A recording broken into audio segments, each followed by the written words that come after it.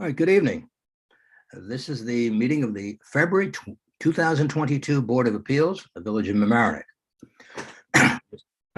First, we have a quorum tonight. We have Robin Kramer here, we have Meg Yargan, Greta Haney, I'm sorry, Brian Gladstein, and myself, I'm Dave Neufeld. We have counsel on the phone with us is Robert Stout, but another counsel who's generally with us is Charlie Gottlieb, will be here in a bit. We have Brittany O'Neill from the Planning Department, and I believe we have is Dennis Drogan on. Thought I'd seen his name before, but I guess not. Yes, Dennis is on. Oh, okay, from the Building Department. All right, just very briefly, just to outline our procedures initially, there's really three parts to our meetings. The first is we conduct public hearings. Tonight, there are three public hearings. And at that time, after the public hearings are done, we will, excuse me, I'm sorry. This cough here, I gotta get it. Okay. So the public hearing is where you come forward on your application and please present your matter. You can refer to the documents. We have the documents we have. Answer questions that are posed by the board, not by others, and answer the question of the board. And please don't argue. All we're doing is gathering information to support your position. We're not deliberating on it. We're not making decisions. We're listening to you and taking in the information. So please be kind enough to do that. And the public is invited to comment, and they will, if they have questions, they ask the board. If the board then wants to ask the applicant, we will do so. Following that, the individual hearing will either be adjourned to another meeting if there's a reason for that, or it will be closed. If the hearing is closed, then there is no further comment. The next part of our meeting is deliberations on closed application. We have several closed applications this evening to take up, and they will be considered, and that's where the board deliberates. That's not a public hearing portion. We will be deliberating on it as a board. You can listen to that, but please do not speak up, and that's the deliberation process. For the matters that are on tonight, the board will have the next two meetings to take them up for deliberation. Given the number of matters that are open now for deliberation, it's unlikely we'll get to something tonight that's being heard tonight. Okay. And following deliberations tonight, the board may also vote on a prior resolution that it's had prepared. It's sometimes customary for the board to, when it makes a decision, it will have the resolution prepared sometimes, depending upon it. Sometimes it will not. We'll just vote without having it in front of us, but usually it'll come up again. Following that, the board may take up some other matters that are on its agenda. And okay, just ask if everybody would be kind enough to please be to the point. Obviously, speak what we want to speak about, but we do want to proceed, and repeating something is generally not necessary. All right, so the first, if we now proceed, are there any applications to adjourn a matter? Okay, very good. Having heard none, first matter is 911 Fairway Lane. Is the applicant here on that? Okay, this was a matter that was on last time. Is the applicant, if could possibly say, I have a service delivery listed, is that the applicant? It's not a name. Okay, well, this was Yes, on it is. before, so I don't want to carry this. This is, the owner is Carol Campilli. There's somebody here, David. Yep, I'm promoting her. Okay, great.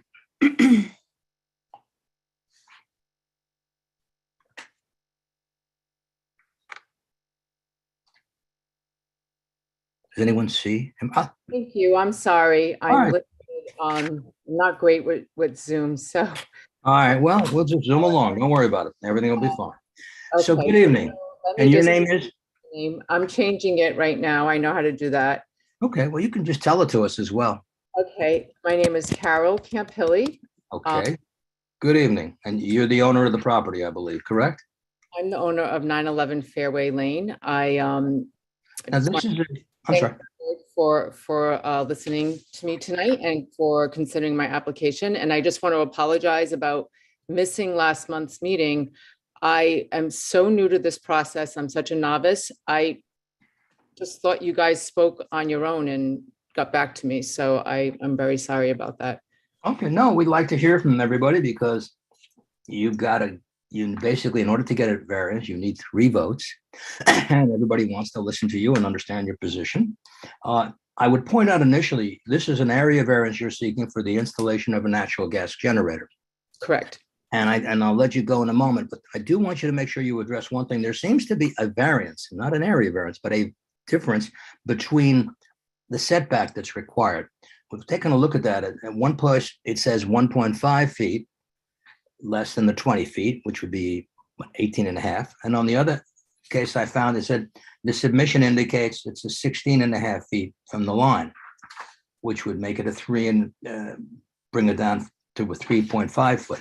So if you want to proceed now, but I just think you can refer to your plans and tell us about it if you want to briefly. Okay, yeah, so I had spoke with Brittany about that discrepancy because I think that I might have been confused as to what the actual setback was and how I delineated. So let me just tell you really quickly. It is a Generac 22 watt natural gas generator.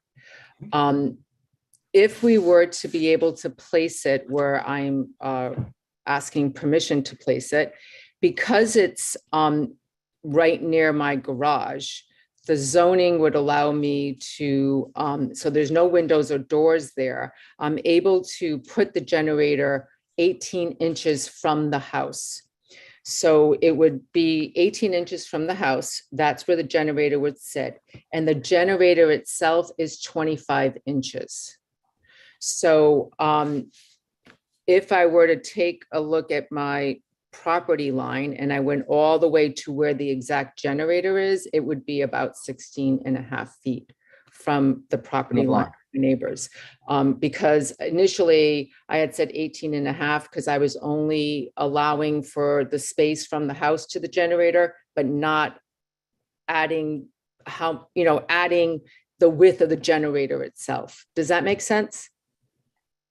Well, what I'm understanding is, if I can cut to the end of it, was Yeah. you're talking about going to a variance. Will the generator be 16 and a half feet from the property line or 3.5 feet? It'll be 16 and a half feet from the property. Okay. Yeah. Now, okay. So the variance you're looking for is really, instead of 20 feet, 16 and a half feet. That's correct. Is there any kind of an issue or a problem with it being too close to a house from a safety or a hazardous issue? So, no, it depends on where you place the generator, near the house. So if the generator is placed outside of a window or a door or an air passageway, it would have to be at least 36 inches away from the house. Because of this exact location that we want to place it and the fact that it's on the side of a garage and there is none of that obstruction, we're able to put it 18 inches from the house. And that's the safety guideline, according to my plumbing and electrical contractor. And we've also had Con Edison come out, their representatives, to the field to also address the gas capacity for the gas coming into my house. And we also, because we were trying not to have to go for a variance. It makes sense to put the generator where we're proposing, because that's where the gas line is. That's where the electrical line comes in. That's where our HVAC equipment is. When we spoke to Con Edison during that field visit, they did say that we needed to have a separate line for the generator. So we would have to upgrade our capacity. We proposed some ideas to them. We had suggested, is there a possibility to put the gas line to the right-hand side of the house so we could run the gas line and we wouldn't have to ask for a variance because we would put the generator on that side. One, Con Ed didn't agree with that. They wouldn't do it for us. And two, it didn't really make a lot of sense because then the generator would just be sitting. If you have a picture of the survey, it would be sitting sort of kind of in the middle of that passageway. And you can't tell from the survey, but my neighbor to the right of me is on Orienta Avenue. So that hedge line is their backyard. So the generator would be like sitting in there, like close to the backyard. So we considered all of that. And that's why we thought this would be, the best place to put it, from safety reason, from annoyance to the neighbors, just sort of in line with where all of the utilities are being sent to the house, as well as where the other equipment sits. Okay, I'm looking, do you have a placement of it? You have the generator listed on there, I see. I think I may have. New generator pad, Yep. and generator. Will the pad go beyond the distance? I thought just for your own sake, it seems to me you're cutting every inch. I mean, I would almost recommend 16. you add 6 inches, just because know. otherwise you're going to have I a know. variance, and the building department may go out and say, well, I'm sorry, you did not meet that. Right, need- and I don't know the answer to that question. I'm assuming the pad would be the exact same size, but you're right, I might need to. Because if I add it up, it'd be 18 inches from the house plus 25 inches would put me at 43 inches. I think my setback in that location is 21. So 21 less, say, 3, 6. Yeah, so maybe I should say 16 feet. Now, you're saying it's approximately 16 and a half feet off the property line. I think if you said 16, Okay, I don't know what the other board members feel about it, but I just think, I hate to have you go through something and the board take the time to do this, and then you If end they up having show to up come and- back because someone will say, I'm sorry, we can't give it to you. But okay. all Yeah, right. that makes sense. All right. Is there anything else you wanted? You do, it's on a pad, but you don't know the pad would be within that confines of that location.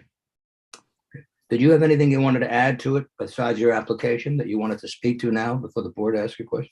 Well, I did want to speak to the fact that I have looked at different angles. I know that, I don't want to take up time or, ask for a variance if it's not necessary, because I do have other places on my property.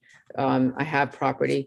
The only other location that we could put it would be behind the house, to the right of the pool equipment. And again, there are windows there, and we'd have to stack it kind of in the corner.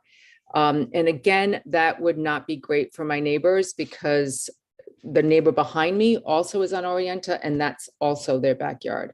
So I just wanted the board to know that we did consider all options. We know that variances are not something that, people take lightly, and it's not that they're given so easily. And we just think that this is really the best location, and we did look at all of our options. Who are- Not to mention, I'm sorry. also, not to mention, if we did want to put it outside of that location, just say in the back of the house, the backyard, or to the side yard, we would have to run a gas line under the crawl space. I can tell you exactly what my contractor had said. To run wiring and gas service through the crawl space and out the back of the house under the deck, then surface mounted over to the generator. So I think that would be, definitely more disruptive, and I can't say that it would be a safety issue because I don't know. I'm not an electrician, but certainly running more wires would be. Okay, now just one thing, the photographs that you've submitted and that you've marked, one of them indicates the generator will be placed in a location against the house. However, just to clarify, it will not be against the house. It'll be at least 18 inches, correct? Yep, that's correct. Okay, so okay. Who are the property owners directly adjacent to that? To the left or to the right? To the If left. I guess if I'm facing the generator, proposed generator, To who the would left. be behind me? Well, there's two they meet there, I think, right? Almost. No, it would only be the house to the left of me, which is Lawrence Weinstein, Mr. Weinstein. And his house actually is his setback to his house is about where my setback is. So it's pushed, so that would not be his backyard at all. And his house actually is a little bit at an angle. So his house is actually pushed back a little bit further. So that generator, that adjacent there, it would be his side yard, which is also sort of narrow. So not an area where there's a play equipment or a trampoline like my other neighbors. My neighbors to the right, they have a playground for their children as well as a trampoline that are along that hedge line, as well as my neighbors behind me. So Has Mr. Weinstein indicated whether he favors or disfavors this in any way or to you? no, well, he's elderly for sure. And we've talked to him about, we've had to like take down trees and stuff like that. And I did say to him that we were thinking of putting in a generator, and he was like, that makes sense, Carol. Any board members have any questions? Yeah, I've got a Please. few. Please, Robin. So I have to say, we drove by your house, and when we were looking, my husband said, I assume the generator is going to be on the right because there's no room on the left. So when you look at the house, it really looks like you're going to be fairly close to the left. Generators make noise. And I mean, I'm assuming this is an emergency whole house generator. Is that correct? That's correct. So it makes a fair amount of noise when it's on, which I realize is hopefully never, but will happen. And so I don't understand why you're more worried about it will be sick. So you are going to be 16 feet from your neighbor's side yard. That's correct. Very close to him. Does he have windows on that side of his house? Can you give me 1 minute? I think his house is sort of at an angle, so. Actively doing this, as you said, just Robin. We're actively doing this. He goes to the window and there's the neighbor. Robin, you might ask, I think Yes, Robin, he does have a window there, but it's set back just a little bit, and Okay. it's. Mhm. So if you put it in the back or someplace else, how far would it be from the neighbor? I mean, I'm trying to understand. You should be able to put the generator. I agree that you should be able to put the generator. The question that comes to my mind is this the best place to put the generator? Maybe on the right, you'd have to run, wherever you first said you'd have to run a line. Obviously, that won't work.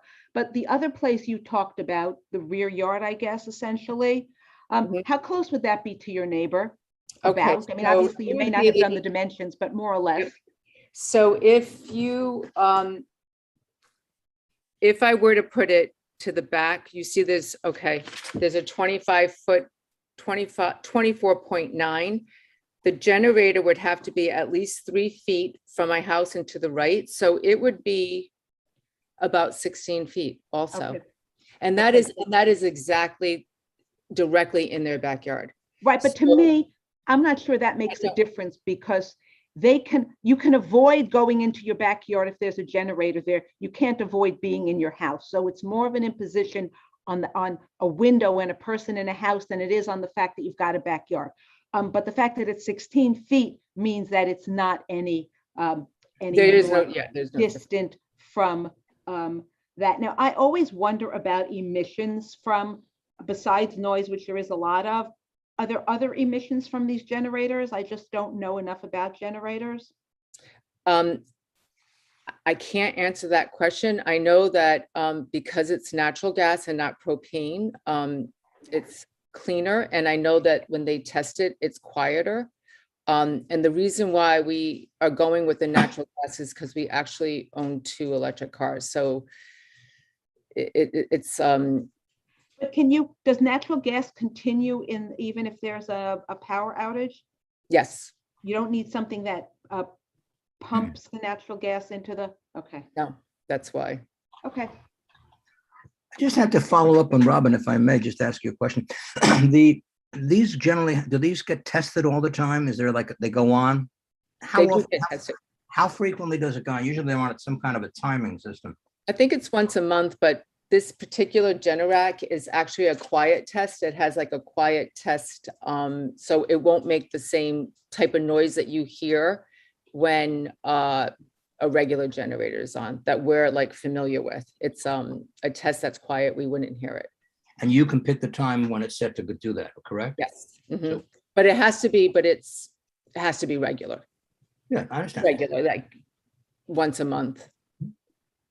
The other. Right, that was going to be my question too. I know that there's a minimum amount of use that these things have to get, which is probably at least once a month.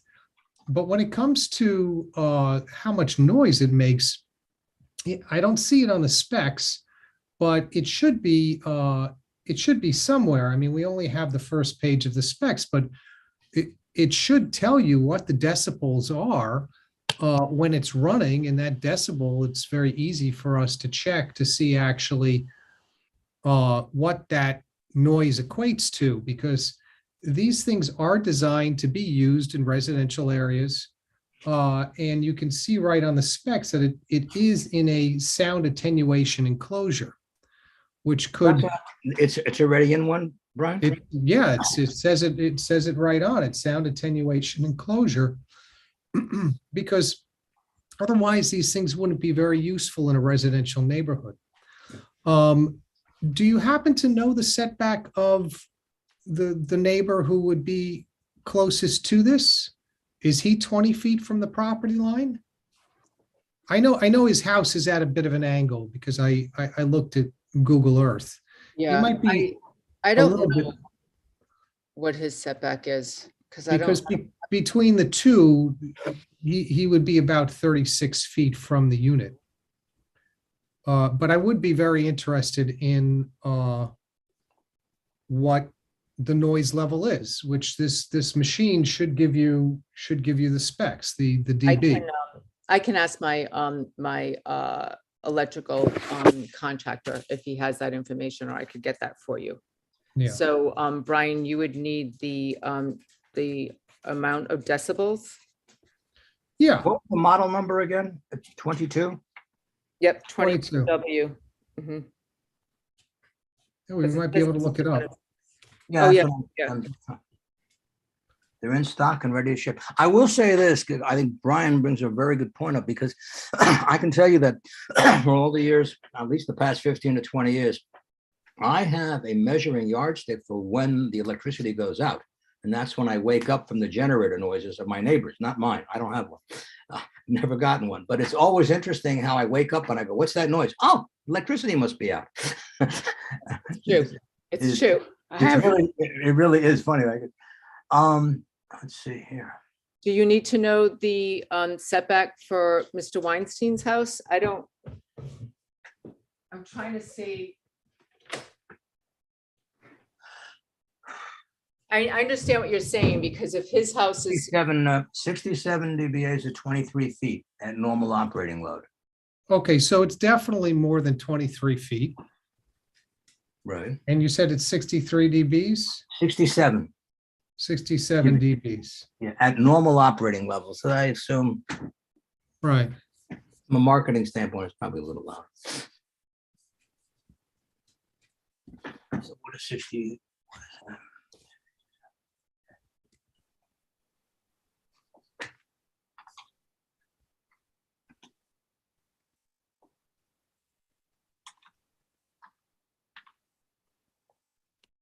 So let's see, is 67. Normal conversation is 60 to 70, according to what I'm looking at. Yeah. Right.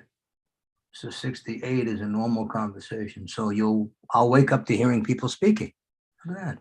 Well, if you're within 23 feet, Right. and we're thinking that the neighbor is 35, 36 feet probably. Plus, he's got a wall to his house. Yeah. Right. Yeah. That's it. I mean, because this is a Also, brand, I'm sorry. it's a brand new unit. It's not, it's not some of those standalone things that you buy at Home Depot, which are, really tough to take. You will only be utilizing this, aside from the testing period, which we can talk about in a minute, but you'll only be using this when the electricity is out, correct? that's correct. Okay. And the reason why we needed such a large one is because we have 2 electric vehicles. Right. So Oh, so this will charge the vehicles. Interesting. if there was a power outage. And we both work at home, my husband and I, but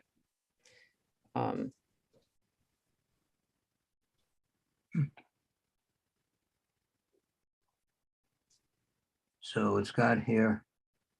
Actually, 60, I'm reading somewhere else now. It's got normal conversation is 65 and below. Laughter is 60 to 65. Vacuum cleaner and a hairdryer is at 70. All right, but this will just be on a temporary basis anyway. The difference is a generator can be on for 2 or 3 days at a time, depending on how long the electric outage is. And Sure. And that for a neighbor, again, distance is important.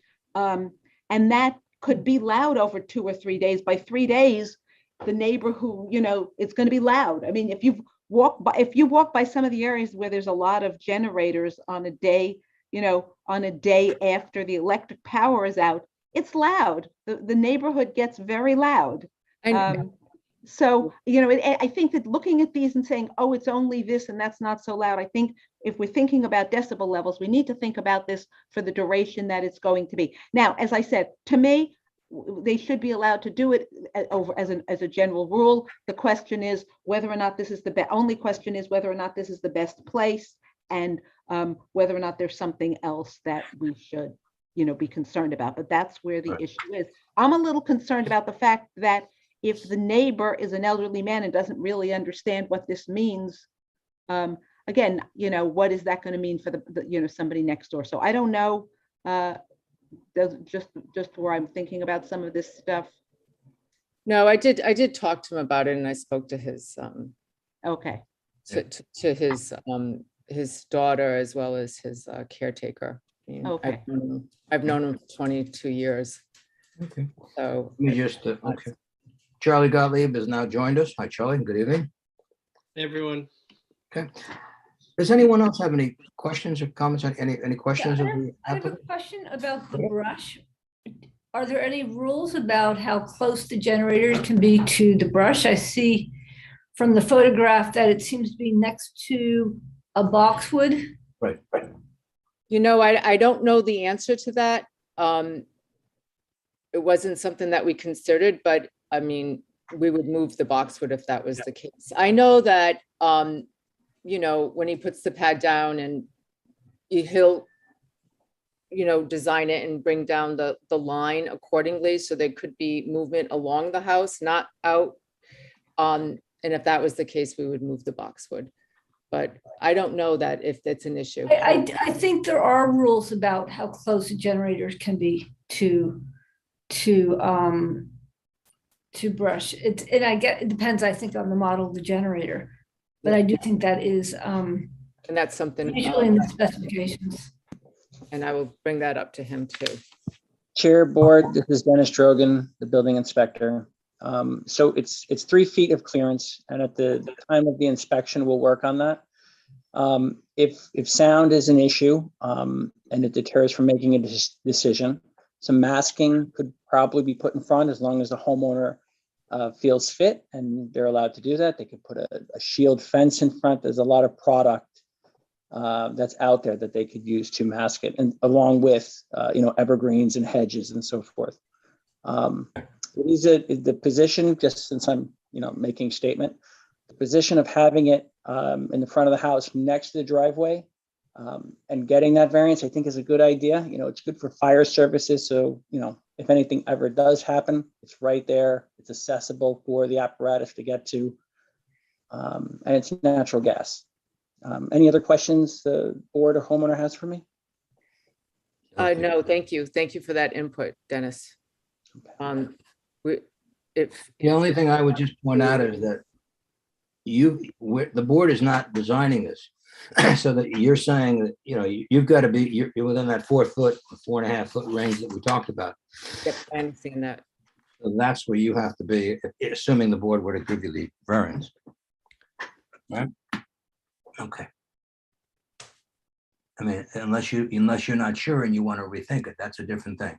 No, 16 feet, Okay. we said, Okay. in that area. Yep. Okay, the 16 feet would bring you, would be the variance, would then be a variance for what, for 4 feet, right? Well, it's 21 feet there. So is that, Well, if you had 16 feet and it's 21, But the requirement is 20. 20, Just 'cause you- so- yeah, right. So you 4 feet effectively, yeah. We added a foot. okay, yep. You don't want to have that. Oh, We'd like seeing you here, but if the board were inclined to give this, you should add a little buffer in so you're not back here, because, yeah, absolutely. all right. Does anyone else have any questions of the applicant? I was just wondering whether Dennis could just confirm, given that we had the question about the distance, whether Dennis could confirm that indeed it is, per the building department's measurements, it is 16 feet from the property line.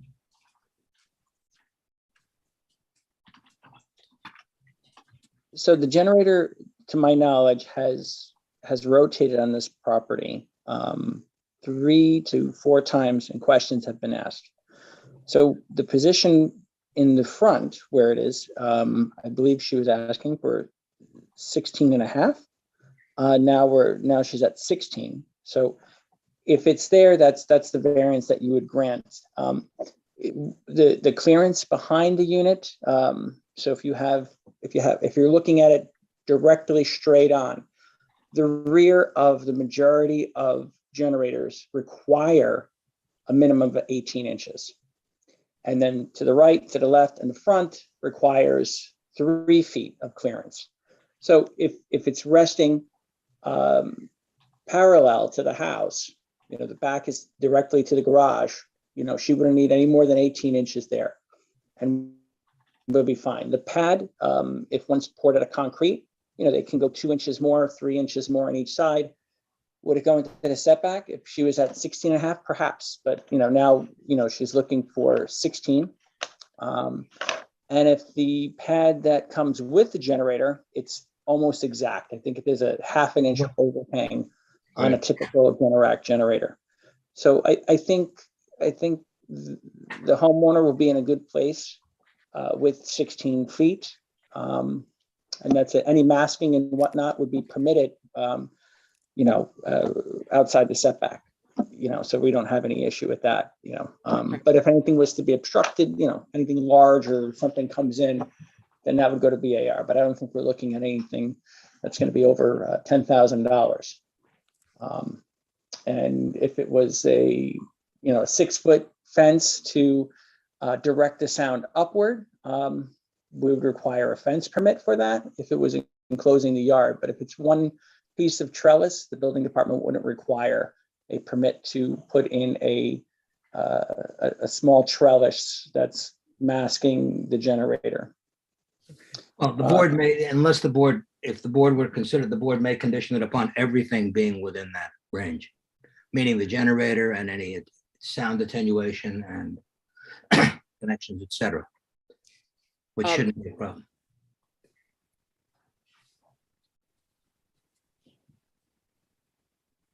In other words, go ahead. If they decided that they wanted me to put some sort of masking in, then it would be difficult for me to determine, right? Like at that point, how much of a variance I would need, because I wouldn't know what you guys would be asking. Okay.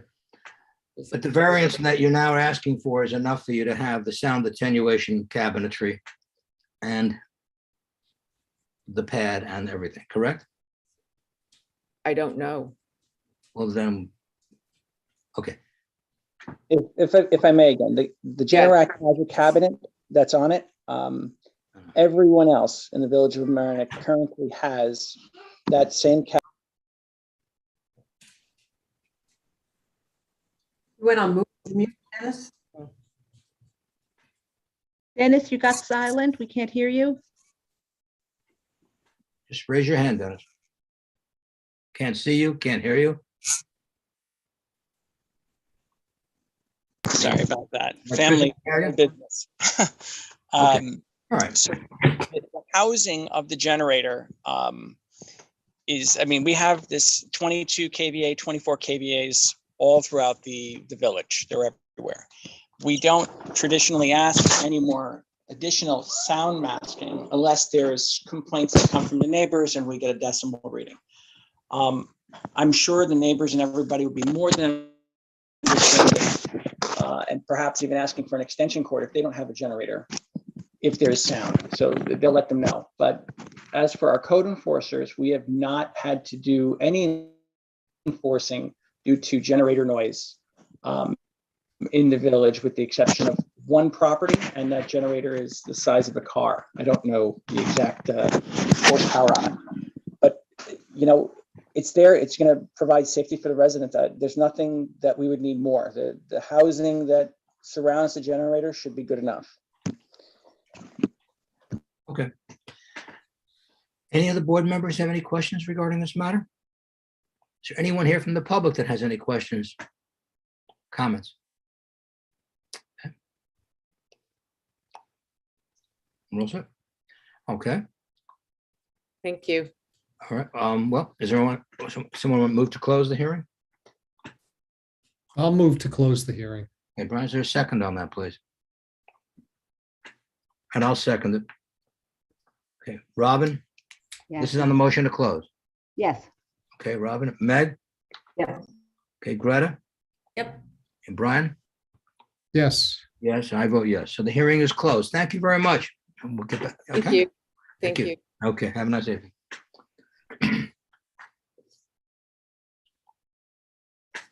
Okay. The next matter we have is the application regarding 700 Baldwin Place. It's an area variance request to expand an existing second floor and enlarge the front entry platform. Rear yard setback of 30 feet, and they propose, I believe it's 13 is. Is the applicant here on 700 Baldwin? Yep, I just promoted. Oh, okay. That's very nice of you. before, Thank you. David, just before, I'm gonna Yes. forget this, and this is just something for Brittany. One of our requirements is that they provide, neighborhood maps and drawings that show the neighborhood, and I noticed neither this nor the first applicant provided that. So if you would in the future, please make sure that they provide all of the, if you can, and again, I don't know, if you can you make sure that they provide all the required materials and submittals? Yeah, what was it though specifically? I'm sorry. They're supposed to provide like from Google Maps or, the air view of the neighboring. Oh, property, so aerial you view can of the, see yeah. How yeah. close the neighboring properties are to them, or Right. how they fit on their lots compared to the particular lot at issue. So Okay. That's particular, Robin, that's a very good point. Thank you. And it's also very helpful here because this is by 95, I believe. Yeah. Okay. Backs up to 95. All right, I will. Thank you. Okay. Good evening.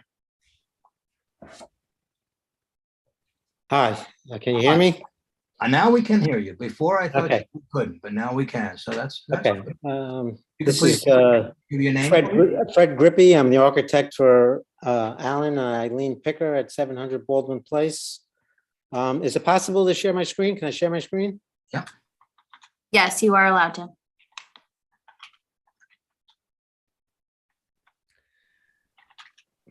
Okay, is that visible? Yes, it is.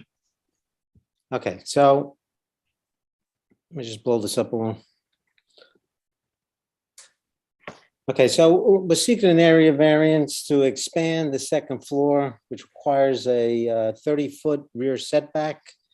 So we're asking for a 16.75-foot variance, making the rear setback over here 13.25 feet. As you can see on the site plan, basically, over 50% of the house is in the rear setback. So there really isn't any other way to build an addition on this house without a variance because of the nonconformities and the way the house is sited on the lot. Mhm. And we also feel that, aesthetically and feasibly, this is the best solution to provide the space that the family needs. So this was the existing roof line here, and we're just basically raising the roof up and carrying it all the way to the back.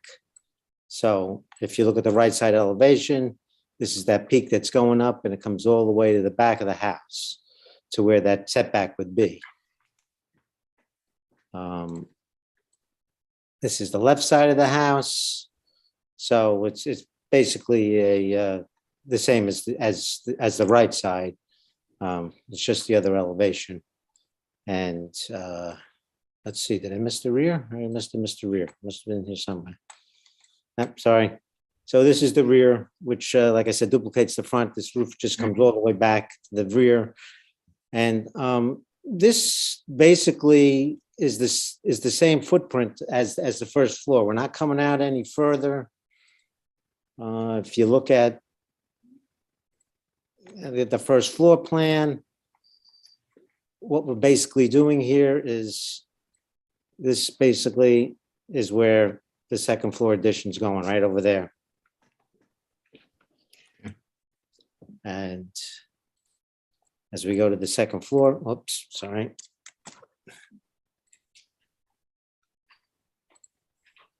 This is the existing second floor, which it has 2 bedrooms up here.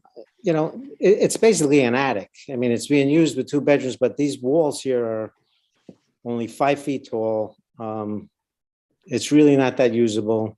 There's a big area here, but again, it's very low headroom. So all we're really doing is raising this space and creating a bedroom with a walk-in closet and a master bedroom.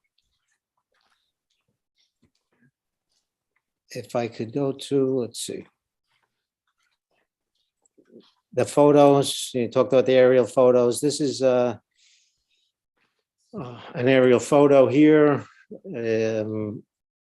It's very wooded and there's a lot of room in between the houses. This is the throughway. You can see a little bit better, a little clearer here. Again, it's right in here in between the garage and the left side of the house. The throughway's in the back, so it's really not, you know, butting up against anybody. And this other house is probably, I'm going to say, 85 feet away. At least there's a whole lot in here that I guess they own. It's a big oversized lot. So if we're coming up over here in the front, and just so you can see in the back that, you know, it's this area right over there that that we're building that addition off the back of the house. You'll see it like in this area here. So, I mean, that's about the extent of it. Like I said, we're not really, you know, going over, we're not really increasing the footprint of that area that's over here because it's there already on the first floor. So, you know, we really feel there's no adverse effect or impact on the neighborhood. And I believe the Pickers have spoke to some of the neighbors and they really didn't object to this at all. I think they're on, they could maybe speak about that. But that's basically the extent of the project. Go back to that first. So again, like I said, it's right here, the whole house. I would imagine that this property got cut when they built the throughway. I don't know when that was, but if you have any questions, be glad to answer them. Okay. Any board members have any questions? Yeah, a couple of questions. Do you have the original survey on the property from when the house was built? The original survey when the house was built? Yeah. I mean, I have this survey. Well, that's brand new. Let me, There's a 1-story, Hi, part this of- is Eileen Picker. I just wanted to say we bought the house 6 years ago and it was a foreclosure. Then when we bought the house, there was no survey on file. And I guess they kind of, we were under this understanding that the house was built before some code was put out and 95 itself, so that it was kind of like a grandfathered in situation of that line. Right. Well, actually, that's very helpful because, we're trying to, one of the things we're probably going to deliberate on is whether or not this is pre-existing non-conforming in terms of your setback, because the house, it doesn't seem like it has any variances and you're already not within the regulated setback. The other question I had is you have a one-story piece of the house, which is behind where you intend to raise the roof. Do you know whether or not that's original or whether or not that was added on at some point? Or maybe you could tell us what that is? Well, yeah, so it's like a mud room in the back and the second half of our kitchen. And as we understood it, that was not part of the original house. It was an addition, but again, was added on before 95 existed. So at the time, it was a legal addition. Before 95, you mean the highway? Yeah. So do you have like a time period? Like when was that? Was that 50s, 60s, or? So that we don't know, but the house is 1950 that it was built. And when we bought the house, we did have to, we did work on it. So we did have permits through the town, the village. And at that time, that's when we were told like this information, but nothing concrete on paper or anything like that. Okay. All right. I have a question, which is how, when you look at the drawings, it looks like the second floor is going to be enormous, really high, like towering over everything. So how high is the existing roof, top peak of the roof? How high will this be? And how high will your proposed second floor be? Well, it is approximately 5 feet taller than the existing ridge that is there now. As far as the height, it meets, it is, let's see. The height, it's a 35 feet maximum, we're at 23.58. So you're going maybe up to 28. You said 5 feet taller. No, this is what it's going to be. This is proposed. Oh, I have to tell you, your drawing gives a very Well, it's because it's at the midpoint. The way you do the height shorted. is from the midpoint of the rafter. Okay, it doesn't go to the peak. I'm just telling you, it looks very low, very high. Okay. It really isn't, to be quite honest. No, that's why I asked. Obviously, 20 as whatever that was not very high, but your drawing looked high. Questions came up. Okay. Now, what are you doing in the front? You haven't discussed that at all. So there's an existing porch in the front of our house. It's about 4 feet by 5 feet. And we just want to extend it slightly to give us a sitting area on the front porch as well. That doesn't require a variance, so that's within the. Oh, it doesn't require variance. No. I thought, okay. No, it's 38 It's in feet the back, setback. and Okay. the front setback is 25 feet. Okay. No, it's just everything back here from this line on requires the variance. All this doesn't require a variance. Got it. Okay. And we're within the FAR and all the other setbacks and requirements. I think I read somewhere in the documents that there was a kitchen extension in 2015. Did that not require a variance? That was.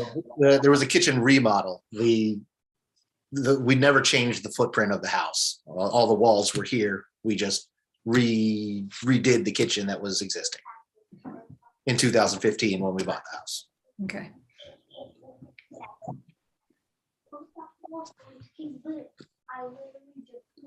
Dave, I have a question for council. Charlie? Yeah. I'm looking at 342-100. Because the adjoins 95, are we required to send a notice to the state or the county Not sure if that's true or not, but it's 342-100 in the code. I can check in on that. We did notify, they were on, they were on the Good. list of people we had to notify, so we sent it. I'm impressed. Very good. But to be honest with you, they didn't even open it. They just, they sent it Yeah. back. Just trying to dot the i's and cross the t's. We did send it. Great. Problem solved. I just did a little Googling. I-95 was built somewhere in the, like 55 to 57. So if, and later. So if the house was built in 1950, then it was definitely a pre-existing house. House was there, then I-95 was built.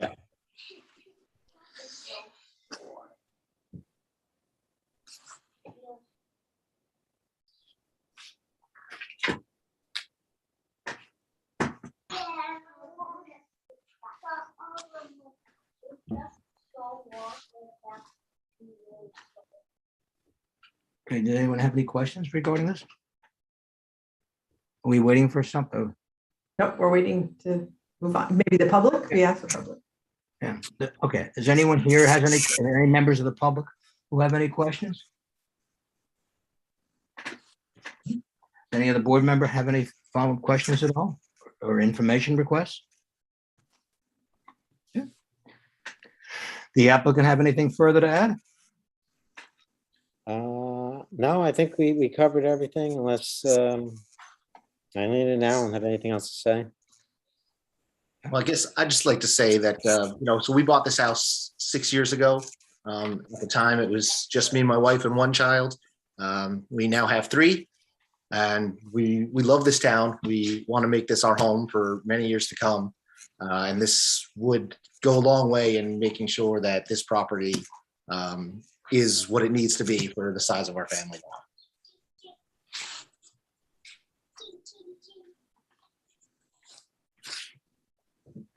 Okay, is there an application to motion to close the hearing? I'll make a motion to close. Okay. I'll second. Okay, and could we take down the sharing of the screen, please? Okay, thank you. Okay, there's a motion and a second on the application. Okay, Meg? Yes, close. Yeah, just drop something. Excuse me. Robin? Yes. Greta? Yes. Brian? Yes. Yes, okay. And this hearing is closed. Thank you very much. Okay, thank you. The next matter and the next application is on 1260 Flagler Drive. Is the applicant here? Could you elevate them if they are? Yep, I'm promoting them now. Okay. This is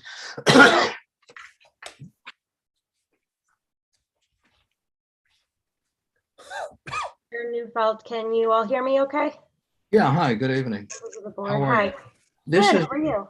okay, good, thank you. And this is an application, you have an application here for an interpretation, which would be, your interpretation is that you don't need an area variance as a matter of right. You can build as a matter of right, and you cited some cases for that.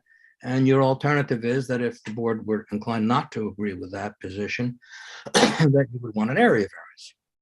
Okay, I think that's the way you put it. Okay. If you want to start, I mean, I've taken a look at some of the cases, but why don't you begin? Sure, yes, thank you.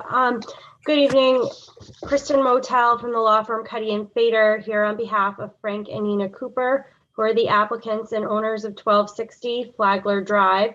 They're actually here tonight. So Brittany, I would ask if you wouldn't mind also elevating Frank and Nina so that they can join us here. Yeah, Brittany, that'd be fine. Thank you. Is it Frank Cooper? Yes, yes, thank you. Also here tonight is Rick Yestat from Yestat Architecture and Design, the architect for the proposed renovations.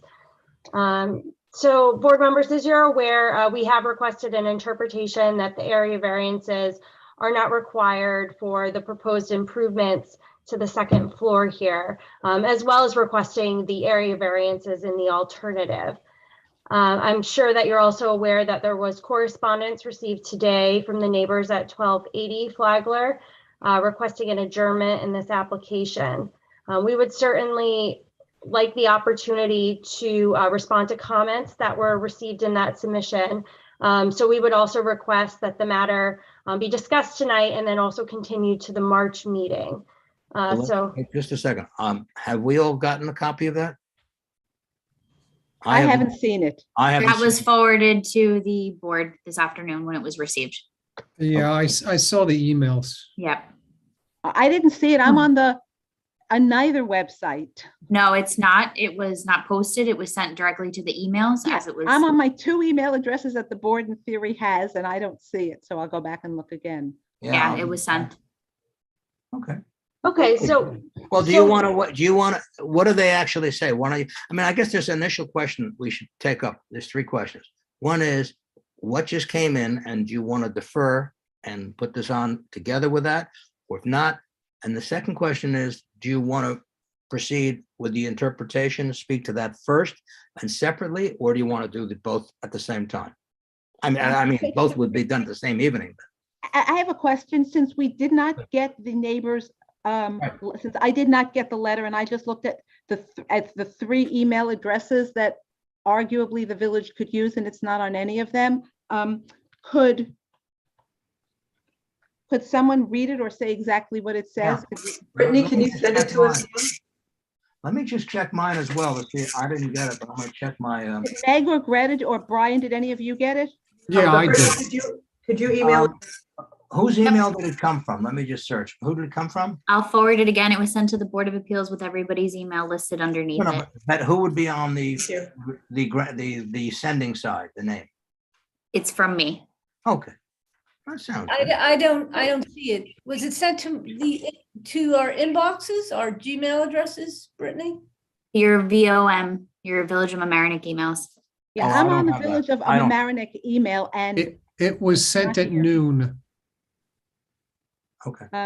So Chair, if I may just request this, I think it would be very, very helpful for us to give a brief summary on what is being proposed here. Have Rick walk you through some of the plans and some photographs of the existing home and the surrounding area, and then to continue this into March so that we could make a submission that addresses what we received today. You all will have time to review it. But in the meantime, I think our application thoroughly addresses the interpretation and the area variances, and it would be very helpful just to give a brief summary to this board and take some initial comments if you're willing to do that. Well, the only issue I have is that if the other people aren't here and you're going to adjourn it for them, we just don't want to go through everything twice. I mean, not suggesting it's not worthy of going through twice, but does someone have that? I don't have that, and I didn't. Brittany, could you send that to one of my other email addresses, please? same with me, because I don't have it. Yeah, and I I'm don't on have the a VOM. And I'm on the VOM website. I just forwarded it again. I don't know if there's a glitch, but I will try something else. I also just. Well, sent no, it wouldn't to be you- again. It would be Brittany. It would just be to the regular email. I Yeah, just sent it again, Robin, to Dave as well, just in case it was an email issue, see if it worked from mine. You sent it to the VOM address? No, I sent it to your Gmail, Robin. Oh, okay. And mine as well, my Gmail. Uh,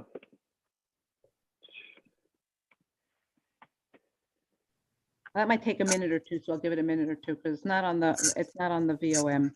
Which is it, a minute or is it 2 minutes? Robin, please. Dave, I sent it to both of your emails.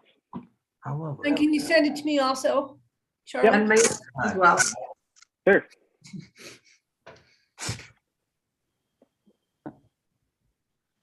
Story of the email and being remote. Brian, did you get How will you it? ever explain this, what it's like in the future to somebody? Um, hmm.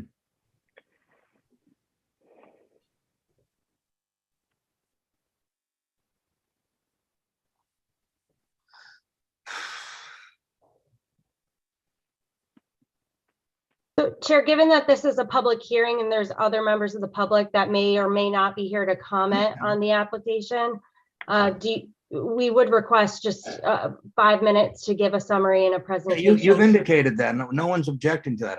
I'm not saying no to that. Okay. I'm okay, just saying, thank I'm you. just waiting to see that. I would at least like to have the context so we understand what it is we got. I'm not going to agree, we can't agree to adjourn something because somebody wrote a letter that we don't even read. That would be silly. I don't want to be unfair to anybody, but, you know. No, I didn't get that, no.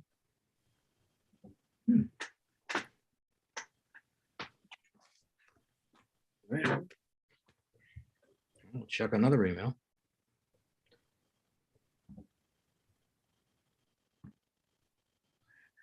All right, I've now got it, but the letter doesn't open. So I have the email attaching it, at least on the VOM website. I have the email attaching it, but the document itself didn't open.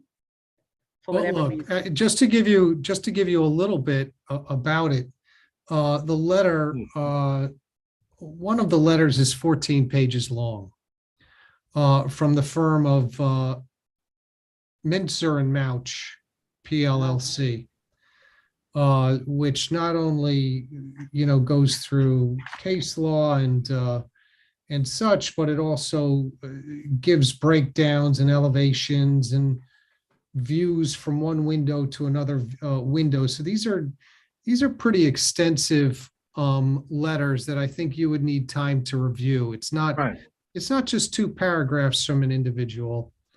Well, why aren't they here, Brian? Why is there? I got it. But I got it through the Vomni. No, I'm saying, email. but that app, but if somebody wants to adjourn, I would have think that the proper procedure should be, it's nice that they did a full letter, but it would be the type of thing they should at least be here and say it. They are here and they're raising their hand. Would you like me to promote? Oh, I that? didn't. Okay. No, I don't. I want to see if we get this. I still haven't gotten the letter. Robin, you've gotten it? Again, it came on the VOM website, but I can't open the letter. It doesn't open. And for whatever reason, it didn't come in from Charlie yet. So we'll just have to wait. Who's Charlie was sending it? Would you like me to Charlie said he promote? sent it to you and me at our. In a moment, Brittany. Oh, We're okay. trying to get our hands on this first. You know what? I think that, Dave, the odds of getting our hands on it now are probably going to take too long. And since the applicant is here or the opponent is here. Okay. All right. So why don't we let let me ask you this. I assume the other side, the party who wrote the letter wants to adjourn this matter so they can make oh, hold on. I just got it. Hold on. Looks like I just got it.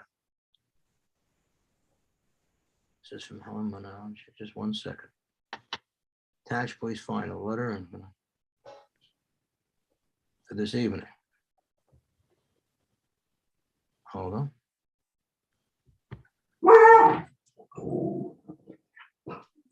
Morty, relax.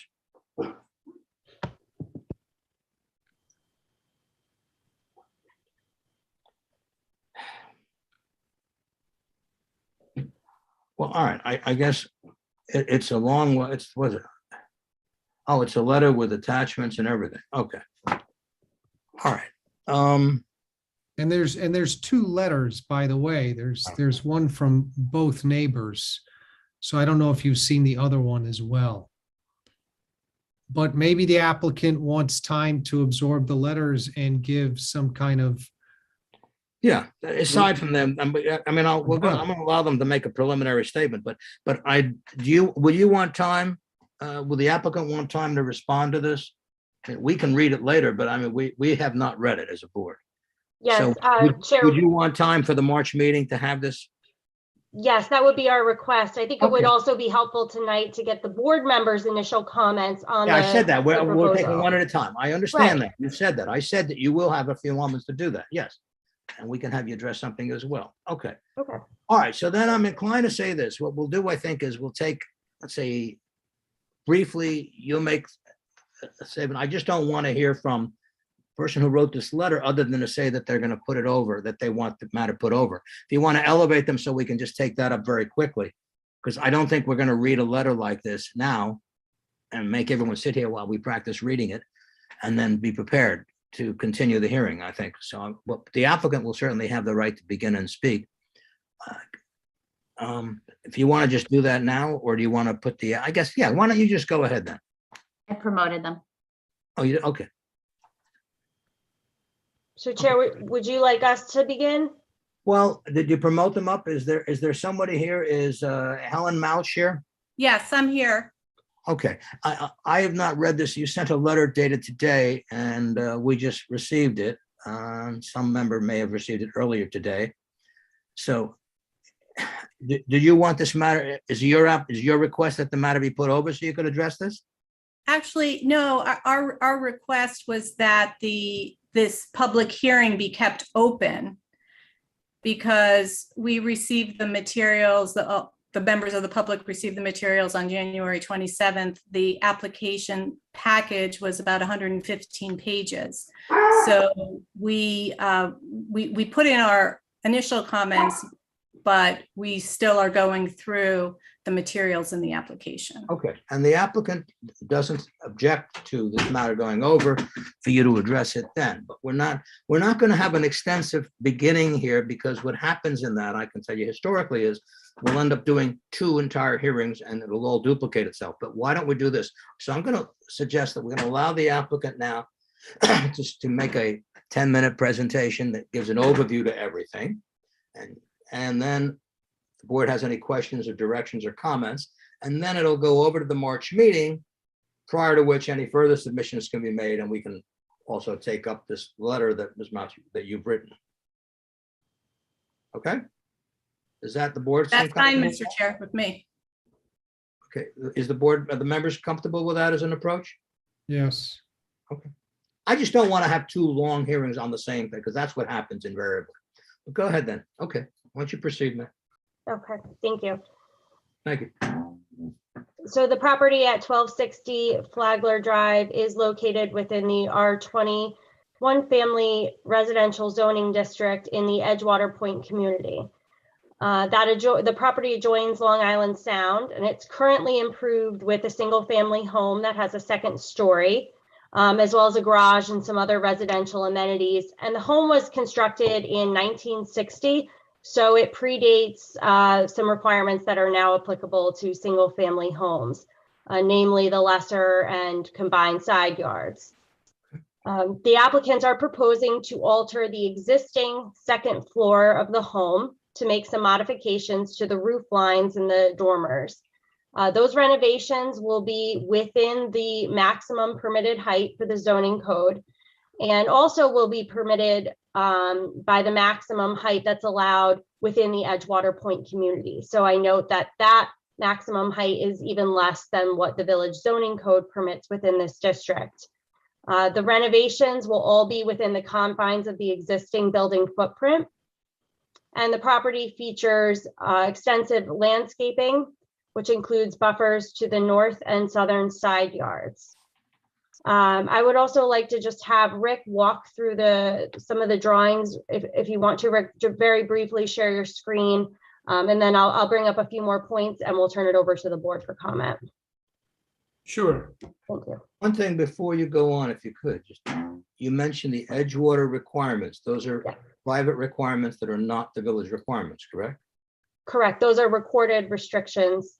But they're not ours to enforce. Correct. Yeah, absolutely. I'm just letting you know and letting the board members know. Thank you, and I just want to clarify that. Okay. I understand. It's like a covenant. It's between you. You may have very solid contractual rights, or you may not. Exactly. Right. I understand you. I just want to make clear. Thank you. Sure. If you want to just give us a very brief overview. Sure. I'll share a screen. By all means. Thank you. Okay. Let's see.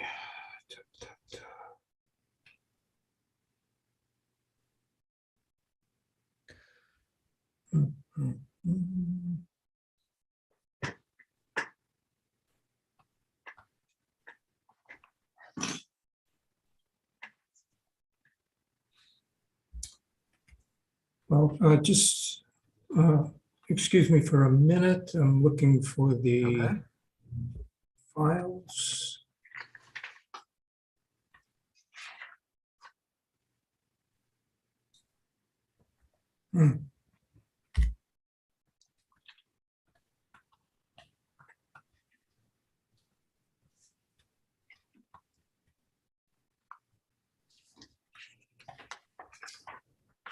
For some reason, I'm not seeing them.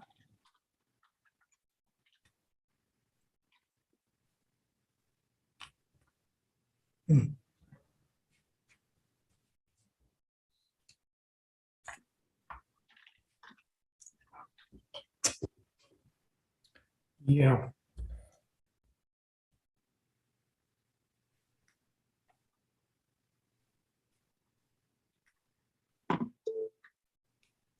This, let's see.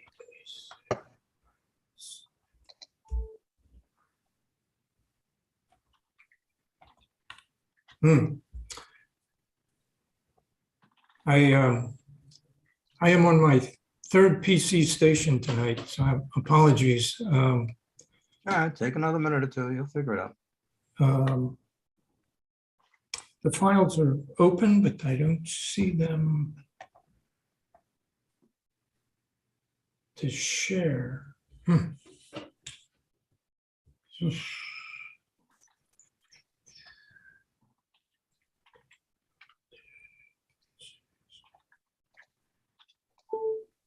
Try it this way.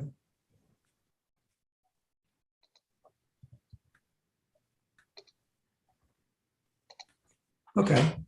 Can everybody see that?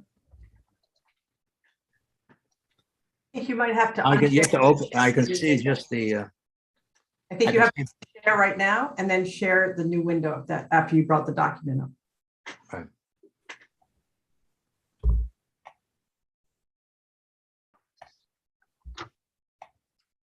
Can you see that? Yes. Oh, good.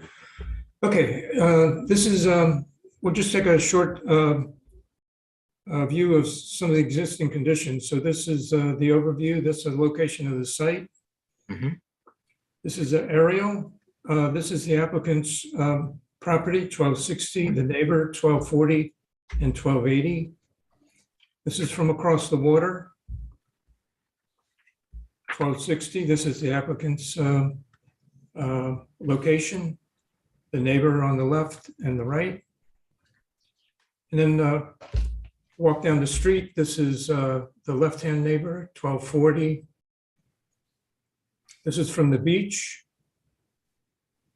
the applicant's property in this location. This is an aerial from the rear.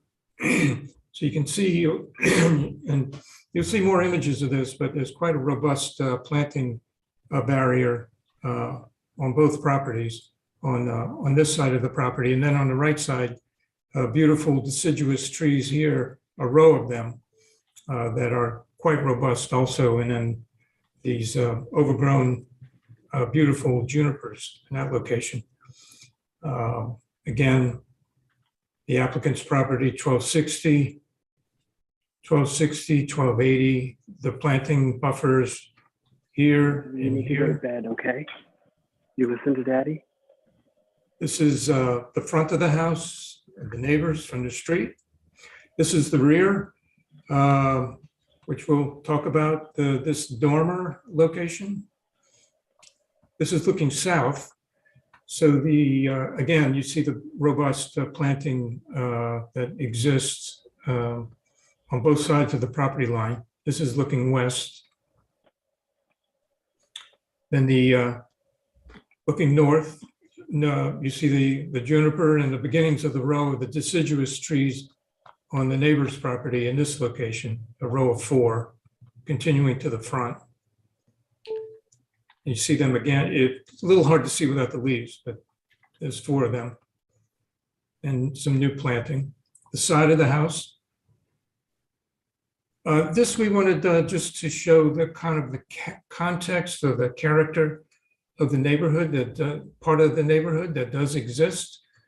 Some of the smaller properties, 1357, 1347, 1337. This is from the front, so you can see these conditions are in character, have a certain character in the neighborhood. This is from the rear, so you see 2.5-story structures that are existing here. In this location, 1357, terraces at all different levels, open terraces.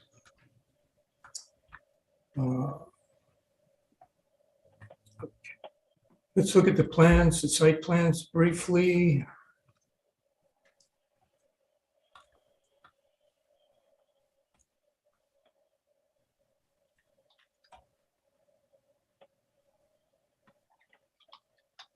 Now, do you see that?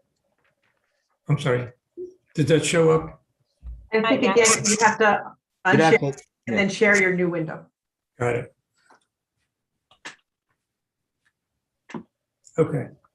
Let me get back to the first page.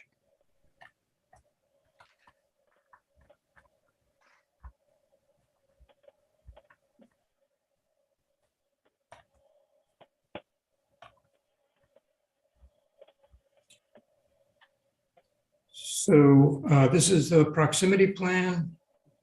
Let me blow that up a little bit. You can see this, correct? Yes.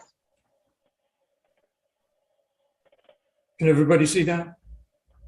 Yes. Okay, so this is the subject property in this location. The front, the distance to the front, the structure to the front is 203 feet. To the structure, the neighbor to the left is 144 feet. And then the neighbor on the right is about 29 feet.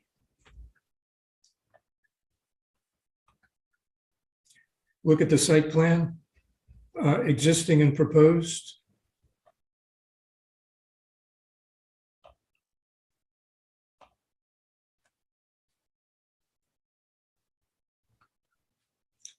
Okay, so this is the existing structure, and as was previously stated, the proposed structure, so I'll make this a little bigger. The proposed structure takes that same perimeter. You'll see the side yard setback lines are on the left in this location, 25 feet, on the right, 20 feet in this location. So these hatched areas are the pre-existing non-conforming, both in the existing site plan and in the proposed site plan.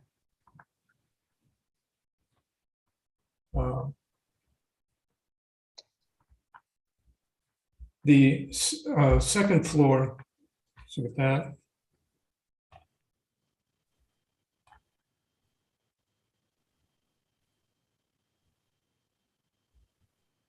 Well, just generally, again, this is the first floor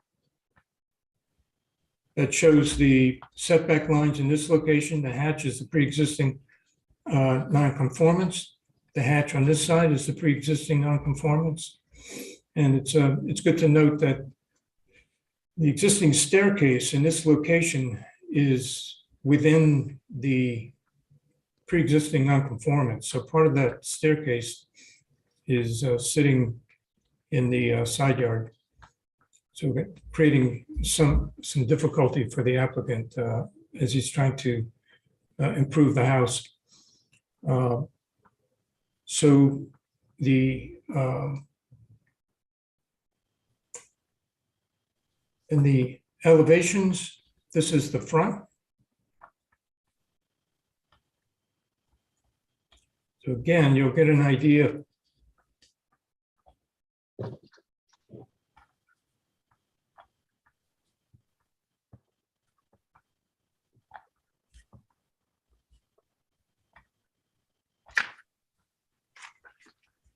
You get an idea of where the setback lines occur in the front. And also importantly, look at so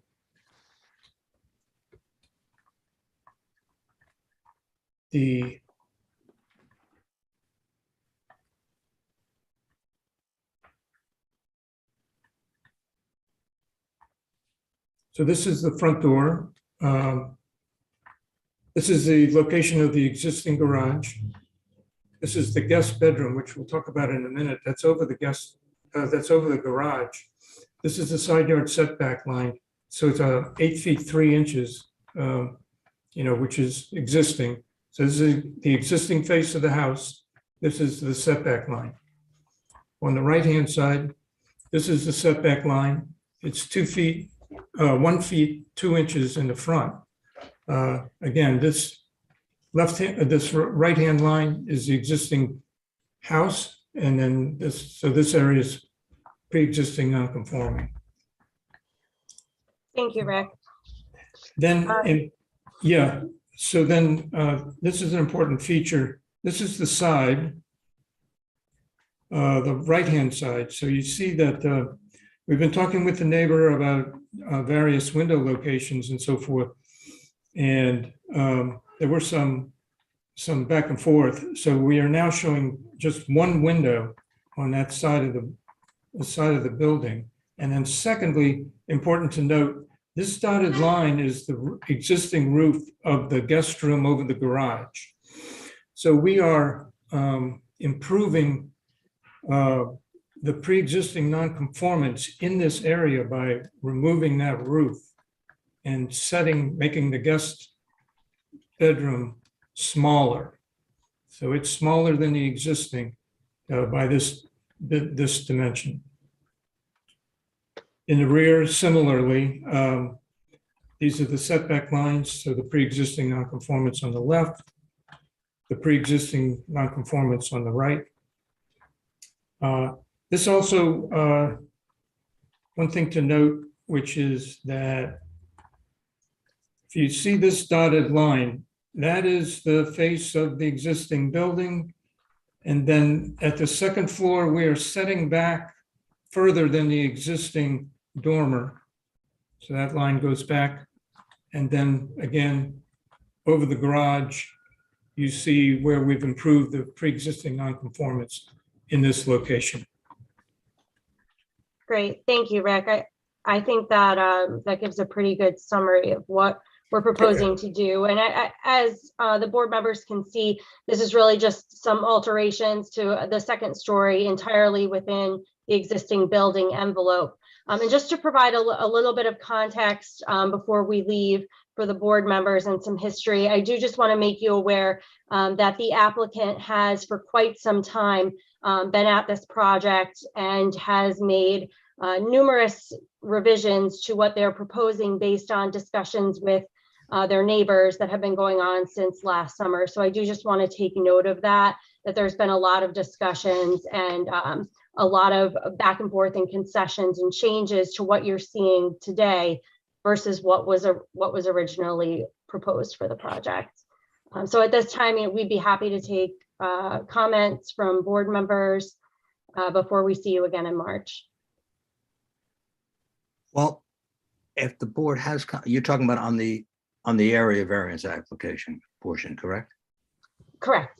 Right, okay. Wait a minute, I have a question. Oh, Yeah, I think that it would, let me just say, I think it's best on that area variance thing, since that's a site matter, to well, address wait a minute, that at one David, time. they have an application for an interpretation. I know, but I'm talking about the area variance the second. I'll come to that in a minute. But if we decided that if we decided Right. That in fact they were correct on their interpretation argument, then the area variance argument would be moot. So shouldn't we consider the interpretation today rather than, or hear the interpretation? And I mean, we have to consider that one first, or we say we're not going to consider it at all, because there's no point in considering an area variance until we've decided that their interpretation is wrong, if that's what we decide. Okay. Well, That would mean that we're deliberating. Actually, one of the things I was just saying, Robin, was that I asked her if it was, speaking of the area variance, I think the area variance is a matter that should be put over and considered that. Now, with regard to the interpretation, I did have some comments on that for them, but I also think that the people who, your adjacent neighbors or whoever is reading that letter, which I have not read, 14-page, whatever, and I think they may want to opine on that and speak to that. But I think that with regard to the interpretation, I just had couple of very basic points to make that I hope you could address it the next time when this is on. That is, I think that the cases you've cited, and you, Marcellus and the other one, don't stand for the proposition that because you're in a footprint, you don't need the variance. I think what they both stand for is that the Board of Appeals, in making their interpretation, made a reasonable one. In one of those cases, the applicant was making, in a similar statute, a similar code as we have, the applicant was replacing something with a lower building, and they said, well, you're going less. So you don't need one. The other one is unclear. I guess it's the Marcellos. There, the court does use language that says there's nothing, that was the board, in both cases, the court says you have discretion, the board has the discretion initially to interpret the code. There's a third case that I just bumped into by shepherdizing yours, and that was in Spizzato versus, no, not Spizzato, it's a third department case which talks about these, and it's the Zoning Board of Appeals, Brock versus the Zoning Board of Appeals. And there, in a similar code, they basically did say that you can look at the circumstances of what's changing, and it doesn't, the board has that. And I would just point out, you should be addressing that when you raise this. Also, you should bear in mind that it has been this board's position for, to my knowledge, 20 years plus, 25 years plus, that it's not a footprint issue. And these cases say that, and this board's always taken the position.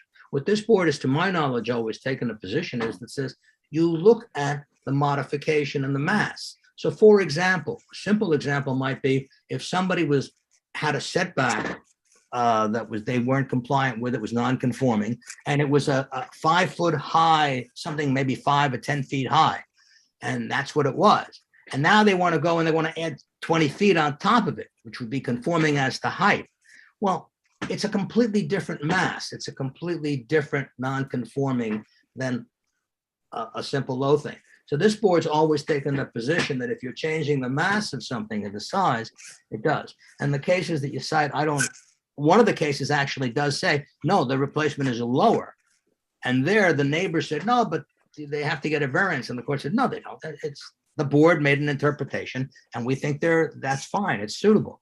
It doesn't bind us to that. I think you're asking this board to change the way it's made many decisions. And I also think that I read your papers briefly, I read the papers a while ago when I got them.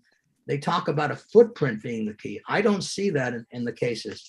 The one case, Marcellos does mention that it's within the footprint, but then says, well, there's no change of anything. I think that all they said there was the board in that case had the discretion and they're not going to turn that discretion around. Here, this board has a precedent of doing exactly what the other court did, and that is saying, well, if you're going to be making the intrusion, if you will, higher and more visible, then it shouldn't be. So if you want to address that, you can do it at the next time on the area, on the interpretation. But Ms. Kramer makes a good point, and that's why I asked you initially if you want to just address the interpretation issue first, because if you're successful on that, you don't have to consider the second portion. On the other hand, if you're not, then you come back and you start all over again then. So we've allowed other people to kind of go with both. It's a little more tedious probably for the board as well as for you, but Understood. I don't know. It depends how hard it's up to you. If you said earlier, if you say, no, I want the interpretation, then I think we'd go along with that. But I think if you want both, I don't know. I don't see the interpretation. I don't see the merit to the interpretation. Obviously, I'm open to it, but from the cases I've read and the actual reading, because I was surprised when I read your papers, I said, oh, it's a footprint issue? That's interesting. No, they say that if that's what a board in one case wants to do, they won't reverse that. They'll allow that. They won't, because the board has discretion for the interpretation. But the other case was clearly one where they said, no, it's lower. And the other case in Queensbury was the opposite. Third department was where it's similar. I would say, what, if it's going to be making some kind of a change in it, that's fine. It's going to be an increase in the degree of the, so it's not just the setback limit. And I'll repeat this one time because I think it's logical as well. And we've been correct all the time, because if you're going to have a violation or a non-conforming use that literally could be a deck 3 feet high, you can't say, okay, now I've got the deck, it's non-conforming. Now I can go and build up 20 feet and I don't need a variance. I don't think that follows.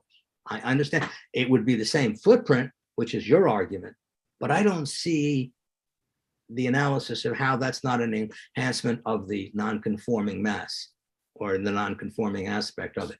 And that's been the position of this board to my knowledge, historically for, I could say 25 years, dating myself with this board, but I don't know. But Robin, I think unless you feel otherwise, I think they should be able to do both. I don't know what the board feels. Let's talk That's about it. fine.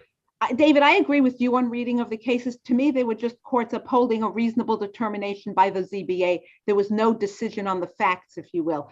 And I would There's point no out to finding the it said. applicant, I would point out to the applicant that the application immediately before this on Baldwin Place was exactly the same thing, was an application to put a second floor where there was only a one-story building, and it was exactly the same thing because they are increasing the amount of stuff that is non-conforming. It was only an area of X by Y, and now it's 2X by Y. So absolutely, cases before, it is consistent with what this board has done, certainly since I've been on the board, not as long as David, but for a while. And there was no, I didn't see any argument provided by the cases that would support it.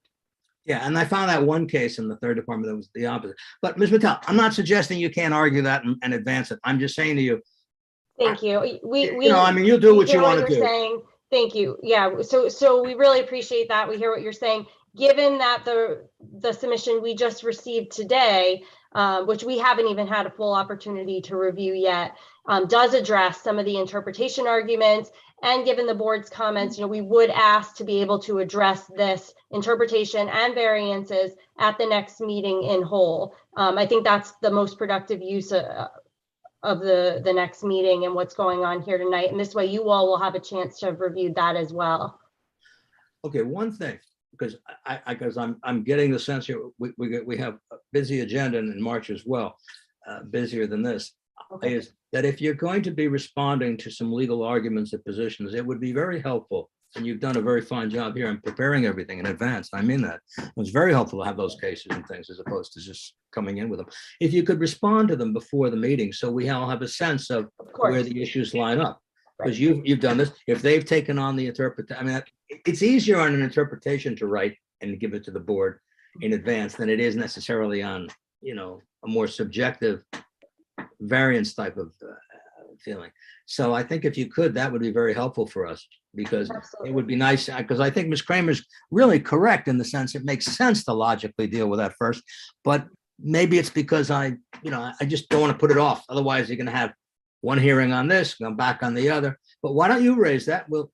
We can check. Obviously the board has the right, when it takes it up next time after hearing the interpretation, it may say, man, we need more time on that. We don't want to go forward. But I think we could probably do both. I don't know what Greta and Meg and Brian, what your feelings are on this. Dave, I actually have two very quick questions about the project. Would it be appropriate to ask? Yeah, they're quick. I'll hold you. Will there be work done on the first floor during this project? Are you referring to in conjunction with this the proposed second story work? Because the applicant is proposing some interior first floor renovations that do not require any variances, just a building permit. So yes. But there will be some work done on the first floor in order to accommodate the second floor, which makes sense depending upon what they're adding or how they're getting up there. The other question is, do you have an elevation certificate of the first floor? Because, we're talking about, raising the second level of the structure and staying within certain things. And that's all going to be relative to where it sits on the ground. Do you have a base elevation for this house? Do you have an elevation certificate? So I believe we do, and we have dealt with the building department previously because the applicants have done, like I mentioned, some other interior renovations to the home, and I believe that was prepared. But Rick, if you're familiar with that and want to address it. Yeah, we're aware of the FEMA requirements. Right. I think that maybe what you're addressing, and we're in compliance with the FEMA directions, their regulations, their guidelines. With regard to the first floor, it's existing. we're not elevating the second floor. The second floor remains at its current height. And, you know, under FEMA regulations, you're allowed to renovate an existing structure that's non-conforming. I'm sure you guys are well aware that, if we were building a new structure, it would have to be raised accordingly as you're referencing, relative to the base flood elevation. But in this case, it's an existing structure that's being renovated within the FEMA guidelines that allows the existing structure to remain. And I will also note that obviously as a precursor to this application, which as village policy requires, the applicants have submitted the floodplain development permits, the building permits, and all of that's been reviewed by the building department, both for what we're proposing right now, and then also the prior interior renovations. So the building department has been reviewing that throughout the duration of this project. I mean, did that answer your question, Brian? My question was, what is the elevation? Okay. You have a top? We would have to get back to you on that. Yeah. Thank you. Okay. Good. Any other board members, or are we going to put this over now, or does anyone have a? We had spoken about perhaps forming little teams of 2 to go inspect places that we're considering, so that we can see things. all go and inspect it. Yeah, but We all go, or just well, a we can couple all people go, go. but why don't we take that up later? I'm sorry, what did you say? Everybody can go to look at the site. We were talking about a whole different process, but I don't think right now is the time. I don't know that we have access to the roadway, so that's why. We'll have access. We will I have went, access. I went today, and I said to the guy what I was doing and why I was there. I didn't even know, all I knew was the address. I didn't know the name of the property owner. I didn't remember it at the time. I didn't bring that portion of the application with me. And he let me through. Yeah. And I went and was able to, I couldn't go, I didn't bother trying to go into the house, but I did look at the property and the adjacent houses and the nearby houses. So the guard did let us in. I said what I wanted to do. Okay, that I just thought we had discussed before, We perhaps, did. of divvying up this responsibility. But that's a different issue.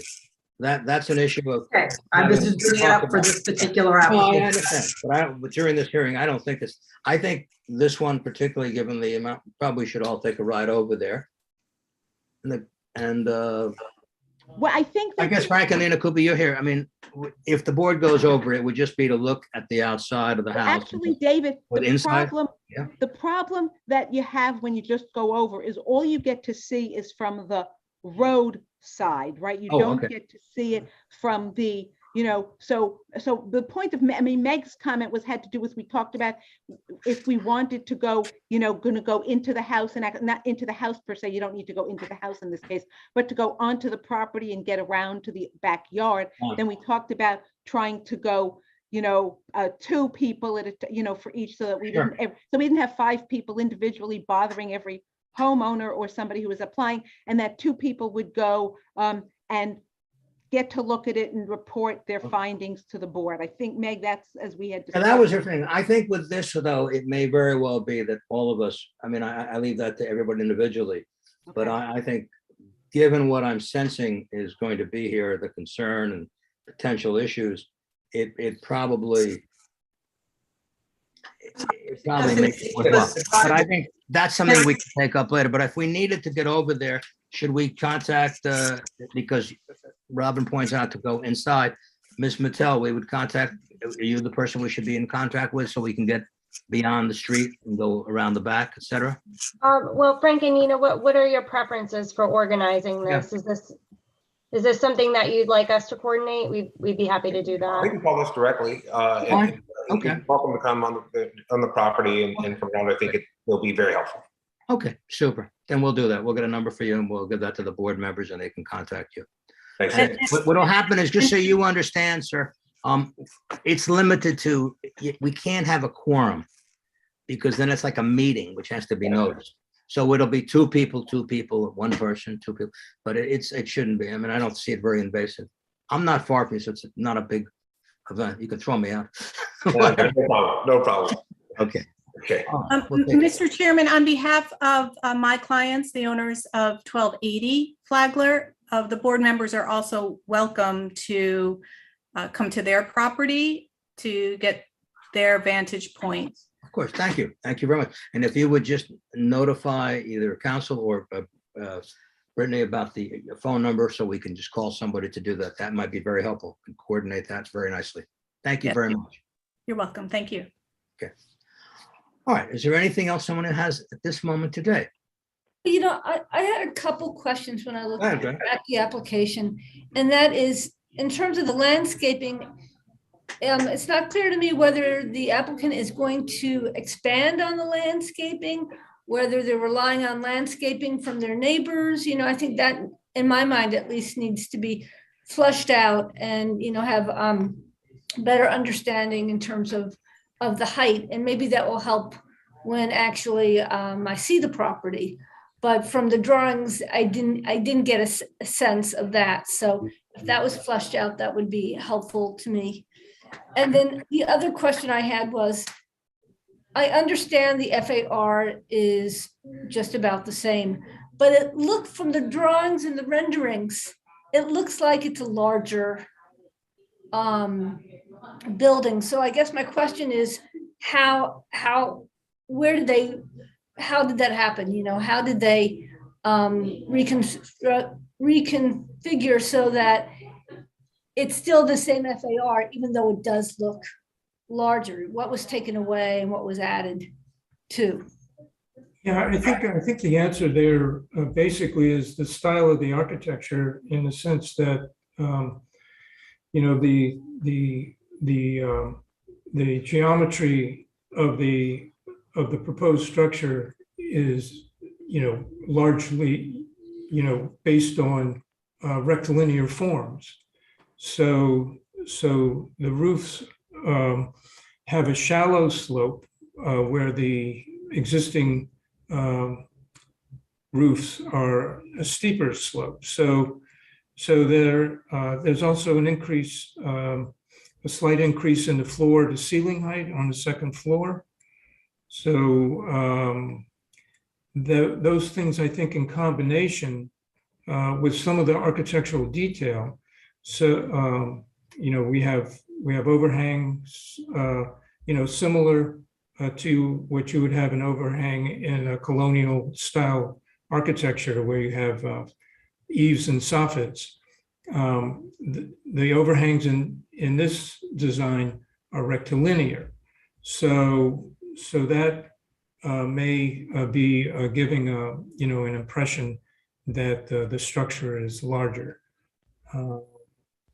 But as we pointed out, we did, you know, we're making an effort to reduce to some extent the pre-existing nonconformance in the front of the structure.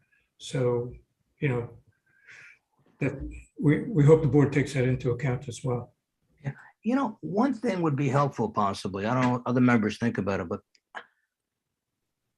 I'm adjusted to the concept of, you know, using, you know, PDFs and looking at them. But this may be one where having larger plans for the actual plans would be more helpful if there's a set. I don't know how other board members feel about that, or Grady, you all, I mean, I don't know, Robin? So, sure. Actually, plans are always, it's always better to have the plans. And I think with the next application, I think we're going back to the way we used to do, which is you had to submit hard copies, but which is why I think what Brittany has told us. Now that the village is open, the planning board is open, you know, not the planning board, the village board, the village is open again. But I guess it would be helpful on this one to have the actual hard copies of the plans. Yeah, for any supplemental information for March, we are opening them back up to the public starting on Monday, so everyone can drop off the full 6 sets. We would prefer them. Yeah, on this, I think I would. I would, not everything, I don't, but I think in terms of the plans, it would be, I'm just gonna look for them here, but I think it would be, because it's the size and the dimension make it you just get a better sense, I think. I don't, Brian, you have a feeling either way on that, or you're comfortable the way it is? Well, I just got a second monitor so I can blow up everything because I wasn't able to function otherwise. But of course, hard plans are always the best. We can certainly accommodate that. That's not a problem. I'd David? also point out one thing, Rob. The survey you have is dated to what, over 2 years ago, right? 2.5 years ago. I don't have our rules in front of us, or how long. 1 year. 1 year, yeah. I think you need another survey, or otherwise some kind of support. Can you get that survey so we just don't have to We deal just with that need an issue? update of the survey. An Can you? updated Yeah, let's survey. just avoid the issue. I mean, it's, We'll take a look and see if we have to get it recertified. We can do that too. yeah, okay, yeah, it's, well, that would just be revised with a current date, that's all. Yeah, my recollection was it's June of the 2019, so yeah, it's coming on 2.5 years, 3 years, yeah. That would be helpful. I'm trying to look for the plans themselves, which ones, Like page 82 of the PDF, David. If you look yeah, at I'm actually looking at the breakup one where it's got here. I copies don't of- have that. I have the PDF, so. Oh, I see, yes. All creatures of habits. All right, I know, I just need at some point, if we could just get the sets of plans for us, okay? Yeah, that was I would listed like- under MP-1. It's 31 pages. Okay. Great. All right, I think that would be helpful.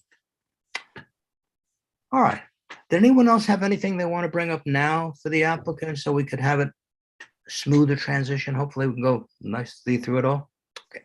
All right. So we're going to get the phone numbers from us for the neighbor, and also we'll get it's Frank and Nina Cooper, I believe. We'll get a number so we can just arrange for them, and it's a bad time, a good time. Don't hesitate to tell somebody it's inconvenient then, please. I mean, just don't worry about that. But I mean, as long as it's not an everyday inconvenience. But it's not meant to be an imposition, but I think it will help. It will help, so I think we can deal with the issues. And if there are people that feel different ways about it, it gives us I think it's the hands-on gives us a better feeling in a sense. Totally agree. All right, great. And Chair, since we did notice this as a public hearing and we're going to try to compile the most comprehensive, responsive submission we can we ask if there are members of the public here to speak so we could take all comments under consideration tonight, or would you prefer to wait? Yeah, let's try it this way. Are there people here that want to speak on this matter?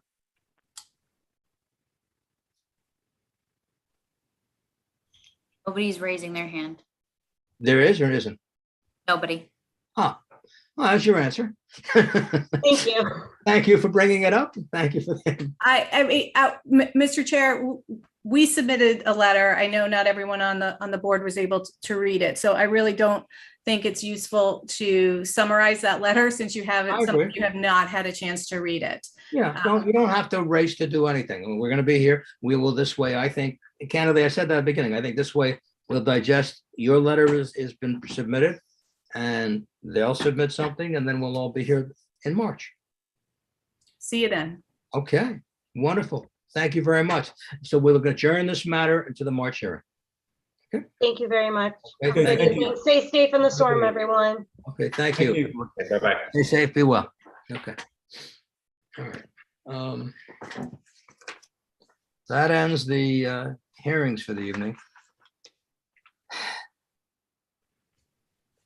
Now, I know that there's I think it's been usually we take up to 6 hearings at a max. I'm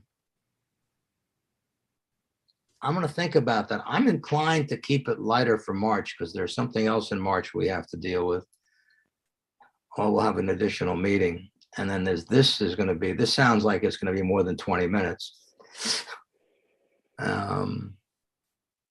So I don't know what the board's thinking is. I happen to be dead set against these 11 o'clock, 12 o'clock meetings that go on all night. I think they breed more. I think it's, but I'm inclined to, I don't know, Brady, do you have any indication of how many people might be coming in for the next meeting? As of right now, possibly 2. Okay. So we have 2, and then this one. I gather from the number of pages of the letter, and Brian, you've read that, I assume there's going to be a lot of issues on this one, correct? You know, we'll have to see. We'll have to see. I mean, they tried to give their legal interpretations to back up why the building inspector should be overruled. I think that you've already addressed that. It's not going to happen. I don't I don't think believe. it's going to happen, but we'll see. You know, I mean, we'll read this. You know, people will have things to say, but I also think that the applicant is going to have the opportunity for a rebuttal. I mean, you Right. know. No, I'm saying is, yeah. I can't tell you how long it's going to go. It's really going to be up to us being able to focus on the facts that we need in order to get enough information to close the hearing, as opposed to just letting things cycle and recycle and opinions which may not be relevant to our deliberations. Right. Yeah, no, I agree. I just think that my guess is, or my guesstimate is, that this is going to be at least an hour. And if they come out, I mean, we've had a few matters up there that It seems that we can they consider have this their when own rules and they have. you know how many applications you have, we can consider at the time whether or not. Yeah. All right, well, I'll tell you what, I'll get a handle on the number of applications and then I'll send an email around. But I mean, Charlie, you know, we've got the other matter coming up too for March, right? Yes. Yeah, so that's going to be one, unless we push that to a separate meeting, which we talked about. All right, why don't we go forward and we will address these things afterwards. And we have some closed hearings today.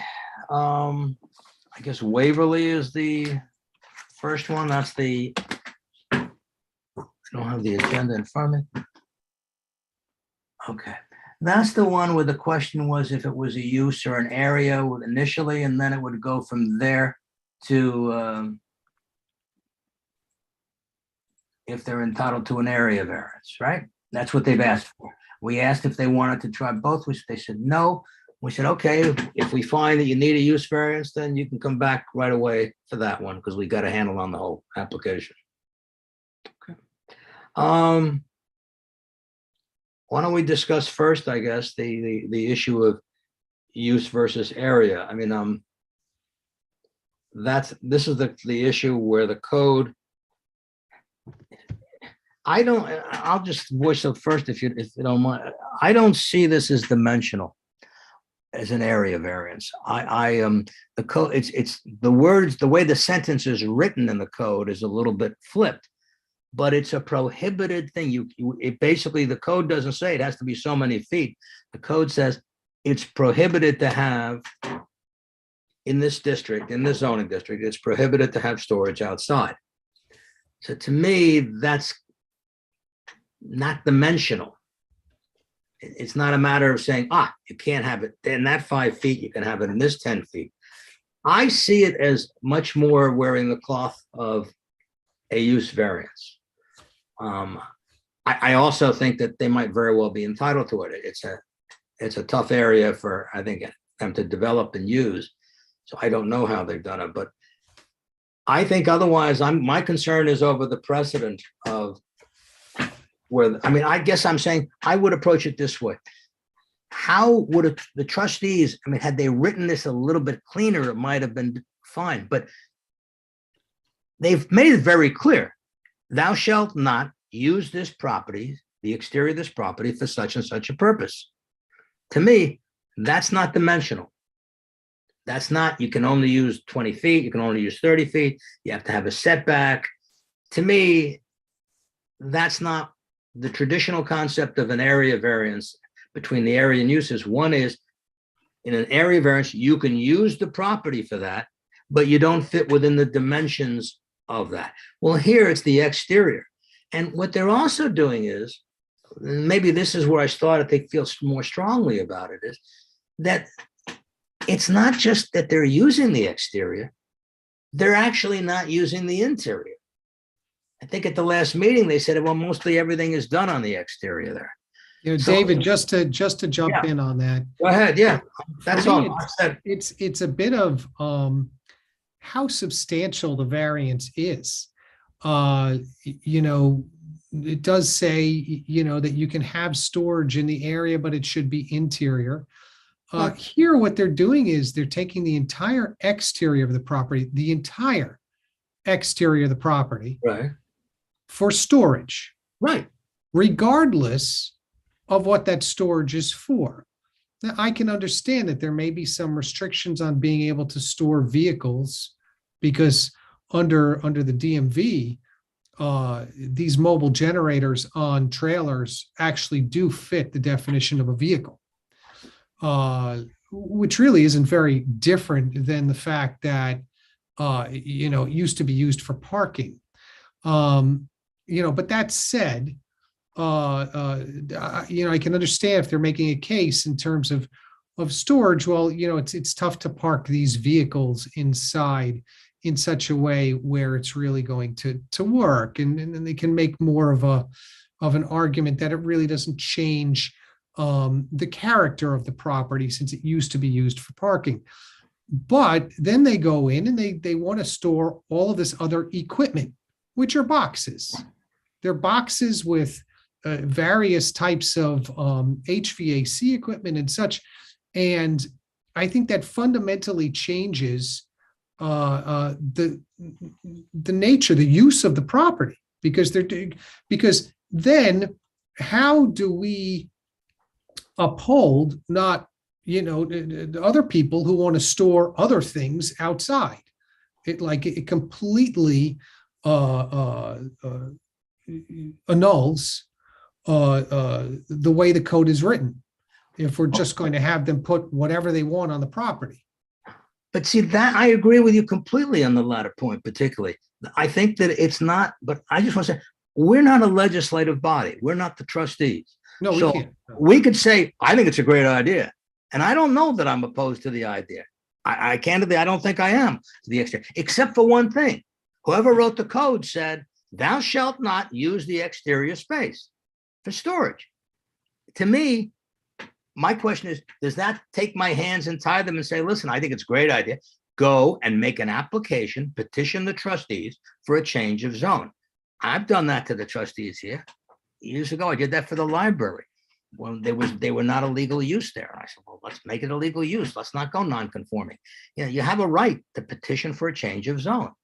I think that would have been a much more efficient use of time and energy than this. But I think my question is, like you said, Ron, if the trustees have said that, I'm not sure. If I buy what they've said and I say that's a restriction, then I say, well, thank you. It's one of those decisions you could write and say, I think it's a great idea. It'd be wonderful. It'd be helpful, be great, but we can't do it.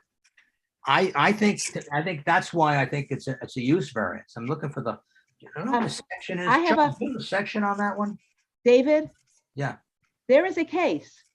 Good. And I don't recall any of the memos. I'm sorry, Robin, did you were not here were you here for all the meetings? Is this okay? I'm interested to hear the case that you have, but are you participating in these deliberations? Have you watched the videos? Yes, Meg.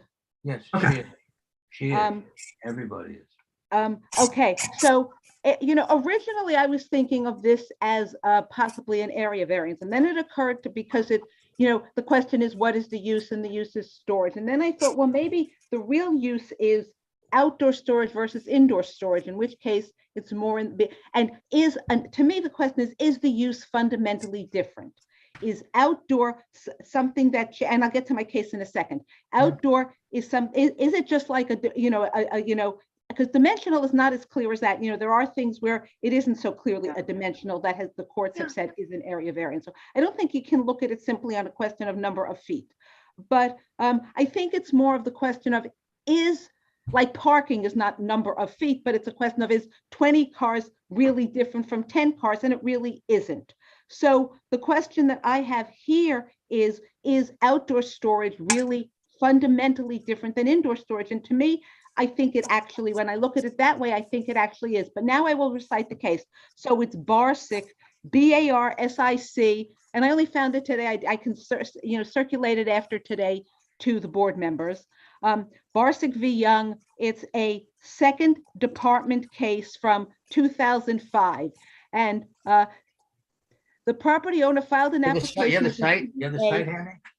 I didn't, oh, you want the site? Isn't 22 this- AD 3rd 488. This Carly, was, is a this what you case- this said? was a case that Mr. Noto had actually cited in his brief. No, no, did. Yeah. So I Oh, think we did he? I didn't see, maybe I didn't read it from that. I sort of. Yeah, Bar Secrets is young, yeah. Okay, I went to it from the opposite perspective. So what it says is the property owner filed an application with the ZBA for permission to store equipment on vacant land that was used in connection with an existing business. The ZBA treated the application as one for a use variance and denied the request. The trial court instructed the ZBA to assess the application under standards applicable to an area variance. And then the appellate division says, rather the use variance standards were appropriately applied. So the court, basically the second department overturned the determination of a lower court that it was an area variance and found that it was a use variance. So that is kind of about as close to this case as I could find. Robin, have you looked at the code Can itself? Yeah, that's why I think it's a question of the fundamental issue of what is the fundamentally that we're talking about. Is outdoor storage fundamentally a different use than, outdoor storage isn't permitted, indoor storage is. Is it just a question of dimension? Like the roof only has to be 20 feet above it, or they only have 10 car spaces. Could they have 20 car spaces? If that's what it was, then I think even those car spaces is clearly not, that the difference between 10 and 20 is not fundamentally a different use. I think outdoor, indoor storage is a fundamentally different use. Yeah, but do you have the code section there? Oh, I don't have it now, David, hold on. The section, if you have the section, I'll pull it up. Yeah, I could. Are you looking for the code Yeah, section that it talks about the use? Yeah. It's 34232 A1 2 And hold on, let me find it. or A2, excuse me. Just A2.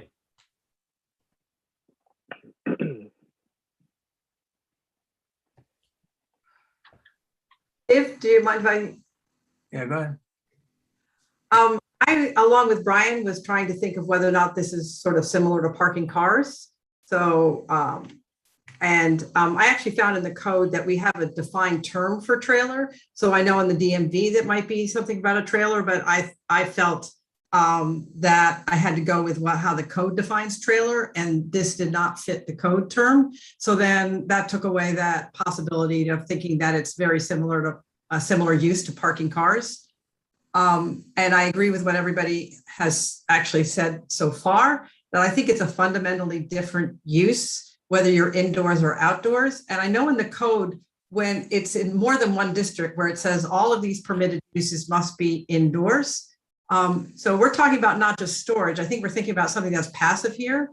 That would mean that a lot of things where you're fixing cars, or you're having a club, or lots of other permitted uses would require an area variance to be done outside. And that just didn't start to make sense to me, because I think one thing about think of storage, we're thinking that it's quiet and passive. There are other uses that you would consider that would definitely change the nature of the community, of the neighborhood.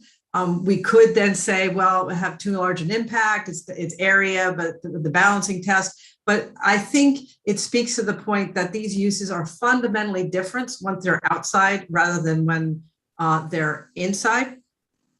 I also, in that Barsick case, I actually think that one was about where a outside storage was permitted when it was an accessory to a building, and they were trying to argue since the building wasn't there, or it was in the front yard instead of the backyard. But I agree that they found that. So that's how I just didn't think that case was pertinent. But when I looked at another case that the applicant had brought, Wilcox v. ZBA of Yonkers, it talked about whether or not how an area variance involves no change in the essential character of the zone district, and therefore the neighborhood considerations are not as strong as in a use variance. And I actually thought that works against the applicant, because I do think that having storage outside would definitely change the essential character of the neighborhood. On top of that, right now, uses that are inside a building are confined. There's boundaries about the limitation of how much space they could take up in the lot. Once we go outside, there is no legislation to say what the yards need to be, what the height needs to be. There's no kind of guidelines. And so for us to start to consider, okay, it's the same use that's permitted, just isn't under a building, but would we have to start writing the legislation to decide what is fair? Can it get close to a neighbor? How high could it go up? Are there any things that could be stored and not stored, or the things that should not be seen by the public? So I'm listing a lot of reasons why I find that this is definitely should be a request for a use variance, and it doesn't fall under a request for an area variance. Yeah, Charlie, if I could trouble you again, it was 342, 32? Excuse me, 342, 32, A2. So A2. Okay, so it starts off with, it says the following are the only principal uses permitted. That's what A1 says. And then it enumerates them. And then A2 says all of the above uses, including incidental and accessory uses, shall be carried on in enclosed buildings, except for the off-street parking. That's the right section, right, Charlie? Yep. Yeah. So my point is this, and I think I agree with you, Meg and Brian. The code is, I mean, I don't know if I was right. If someone wrote that and they said, does this mean that it's not a permitted use to do this outside? I think the answer is yes. And Meg, I think the reason, and I agree with you completely, but the reason that there are no provisions for the outside are because it's not permitted. And once it's not permitted, and you're right about the other issues, I mean, I think, you know, I didn't read Barsic lately, but I'll go back and look at that. I just think, I don't know how we get off saying, oh, well, it says that, but we can vary that. And well, okay, we can issue a variance, but I don't see that's a dimensional use when they say you cannot do this out here. That doesn't become a dimensional change. And I think Meg's point is well taken. I find it very well because there aren't, what's the setback? What's the side? Well, there aren't any because you're not supposed to do it outside. I don't know. Well, I agree. I was surprised that they didn't make this a use application because they probably have had a rough time trying to, you know, use the property. What do they have to show? The difference in the use, Charlie, is what? They have to show, you know, no other viable opportunity economically, right? The hardship, Yeah, they have to show that there's a hardship in order that there'd be an economic hardship from operating the property in conformance with all permitted uses, so that the rent they would get would be too low, assuming they paid market rent, or the lease value that they could get would be too low. It could not meet the, you know, the amortized value of the cost of the property, assuming it was sold for a permitted use, and the, you know, the carrying costs, et cetera, et cetera. They have to show that there's a unique, practical difficulty or unique condition, something particular to the site. So there's a lot of things. It's harder. It's a much more difficult standard. It is, Brian, in this instance, the property there, I'm not sure. I mean, how much luck they've had with trying to find someone to rent it and to use it and economically. I mean, it is more difficult, but I wouldn't say it's impossible. The problem with, well, not the problem, but the issue with use variance standards are it's not a balancing test. Right. You have to demonstrate compliance with all four, and one of the other criteria is self-created hardship.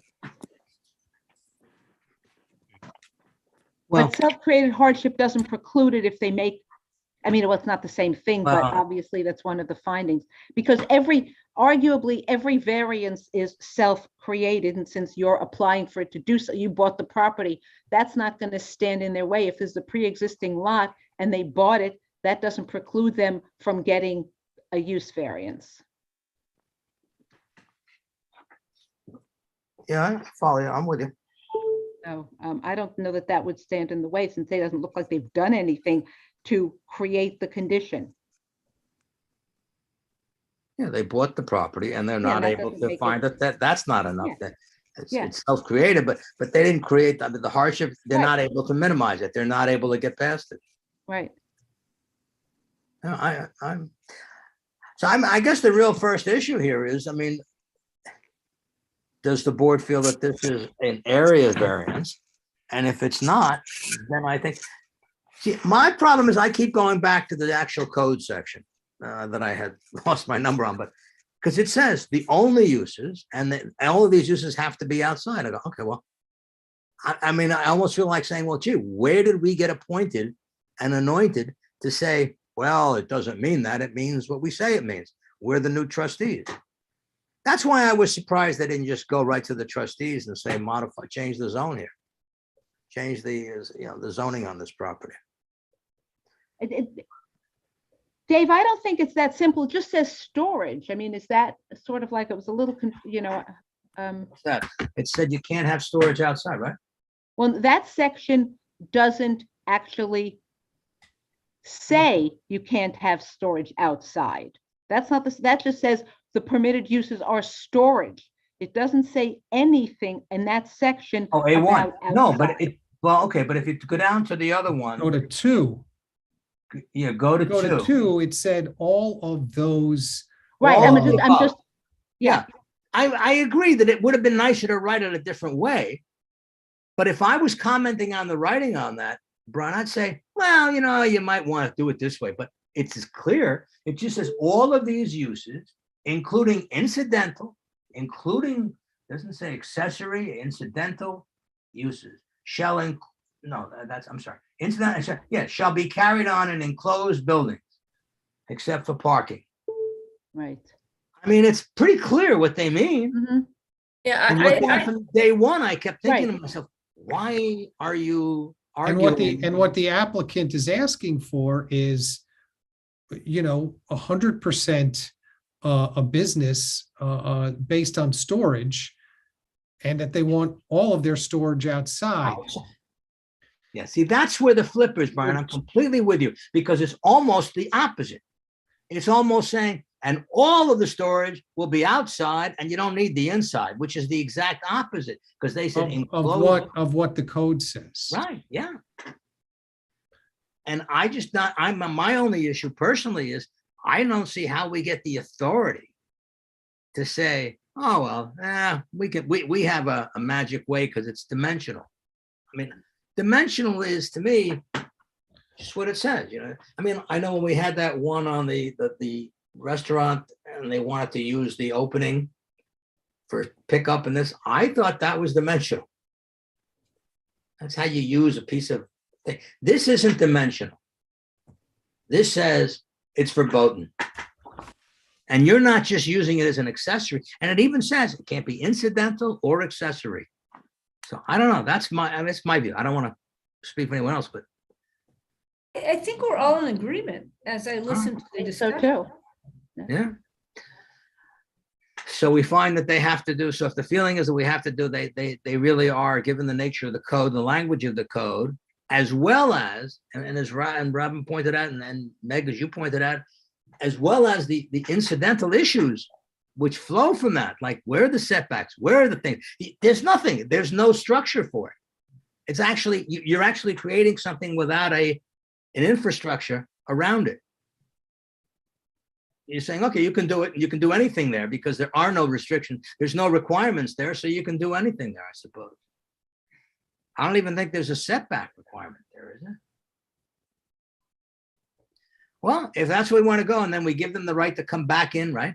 For yeah, it's without prejudice, them coming back in immediately, as far as I'm concerned. I don't care, but they just have to show economically that they can't do anything with it. I mean, if the board wants to go that way, that's fine. I mean, I'm comfortable with that. Do we close this, do we vote and close this application without prejudice? They can. Well, the resolution would be the resolution would be that one of the conditions is that there's no prejudice to them coming back in for that. And I think, by the way, didn't I think I said that to them. I said, you don't want to proceed on a use, so we'll consider the area, and then you put your case in, and then we'll decide it. Then if we decide that it's not an area variance, then you can come back in for it. I think you did say that. Yeah, I'm really, yeah. And I actually said it with something else in mind. I actually said it to try to say, if maybe they would say, yeah, you know what, we'll ask for the use now. But no. Charlie, do you have enough information to draft a resolution from what we were all commenting on? Oh, you have I do. And I was going to look into this earlier this week, but my entire household has COVID, so I'm a bit delayed. One of the questions, asking if you can stay over at our places. man, it's my daughter was the last one to go. She tested positive yesterday, so it's been a whirlwind. But one of the questions I had, two things is, and I'll take all of your input, and I'll also look into the legality of it and also what you think. Would the resolution be a denial of the area variance? I wouldn't think so. I think it would be that this board doesn't have jurisdiction to review the area variance application for the reasons stated tonight, and I think they were all good reasons. And because there's a jurisdictional issue here, I believe we don't have to complete SECRA. So this was an unlisted action under SECRA. Typically, you would have to do a Part 2 EAF and then a Part 3 negative declaration. Right. But I think because there's no jurisdiction here, you don't have to complete SECRA. I'm not even positive it's jurisdictional question, Yeah, that's what Charlie? It doesn't sound like it's jurisdictional because we have jurisdiction to consider an area variance. The issue isn't whether it's jurisdictional. I think the issue is whether this was appropriately filed as an area variance. So I think the determination has to be, whereas the board has determined that an improper application was filed or something like that, and can't vote on this because it wasn't filed in the proper form. I don't think it's jurisdictional. I think what you can do is, I'm closer to Robin on this because I think what you really are saying here is the board's looked at this, they've made an application for an area variance, and the board indicated that one of the issues was it. The board now, upon deliberation, determines that it's a use variance is required, and therefore, since the area variance is not appropriate and is not being considered further, because it's the wrong application. I just wanted to make sure you guys didn't want to go down a road of actually denying the area variance, which I don't think so. Appropriate. I don't know. I think we're saying we can deny it on the ground. If you want to say the area application is deemed denied because it's an inappropriate application, not on the merit. I'll come up with some wording. It's actually a resolution. Robin, you agree? The area is being denied not on the merits. It's being denied because it's I agree. It shouldn't be on the merits. Brian, you with that on that? Yeah. I mean, that's not on the merits. We're not saying you wouldn't meet the standards. Maybe they would. I think they would actually, but we can't give it. It's like we can't change the code either. I think it's the language of the code, and then I think everyone else has embellished it with. It's not just being technical. We're even saying. I think what Robin's saying, what Meg's saying, even if you go and Brian, what you mentioned, if you go beyond the code. Now, we're not being hyper technical and saying, okay, that's it. Boom. Moreover, an examination of this leads to the conclusion that for good reason, it's a substantive matter of not of an area. I think we've just decided that it's not an area variance. Yeah, I agree. Okay. That works. So do you want to vote on that now and then you put a resolution in, or do you want to wait? No, let's wait till we have a resolution in front of the board. Okay. Fine. And we'll give them the right to come right back in. If they want to, that's up to them. As without prejudice to them going to the trustees also, I don't care what they do. There seems to be a reluctance to do that usually to try to get a change of zone. Maybe they haven't been successful. I don't know. Some municipalities, people go in regularly. Instead of going to a zoning board, they just go in and they file a petition for you. I believe you can actually petition as a private citizen for a change of zone. Oh, town of Islip, someone just did that. A case I'm involved with in Okay. Bingo. All right, so let's go to the next one. We comfortable there? We go to the next one, which is, excuse me. Do we vote on anything there or no? I think I'm open to a vote on it, but apparently the general is the We consensus. thought we were going to wait till we have the resolution in front of us. Oh, okay, so On the Charlie will do a resolution. Yeah, if not for anything else, it's kind of an administrative headache. No, that's if you that's vote and then there's appropriate. not- Let's see it in writing. Yeah, I circulated around on that one. I'm sorry, I'm looking in all of this. I have misplaced something. I'll go here in a second. All right, so that's the next is the Toyota. Toyota. Okay. So that's the thing. I think that raises an issue that I'm not sure we've ever really addressed, and I've never seen anyone come up with it. I've never ever conceptually understood or conceived of you would have one operation with different permits operating different parts of it. I think the whole idea of a special permit is a cohesiveness of the whole thing. If you read the special permit considerations, they take into account the operations. So if you're going to add another area to it, then you amend it. Well, listen, I've also given this some thought because you already have a situation where you have one ownership with two special permits. So now we're considering a third property. And I think the fundamental question is it going to operate independently, or can it operate independently, which are two very different things. I think when you have one ownership, as a practical matter, it's not going to operate independently because you've got one person as the employer of all the employees, of all the supplies, of the paperwork, and of the stock and such. But the real question I would think, and I'd like other people's opinions for the special permit, does that matter? Or does it matter that the site can operate independently? Because you already have one ownership with two different sites. If the site is able to operate independently, they have a building, they have the required parking spaces, they have product, and they could completely operate independently. Can they get the special permit for that site? Because the ownership here is said time and time again, they may not retain ownership of each and every site.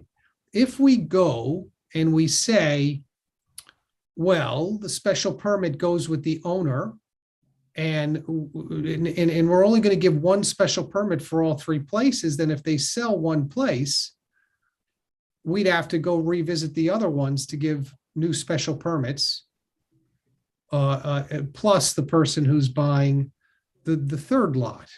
So I think that, their ideas have to have three separate special permits because this place can operate independently. And if they sell it, it doesn't affect their other operations.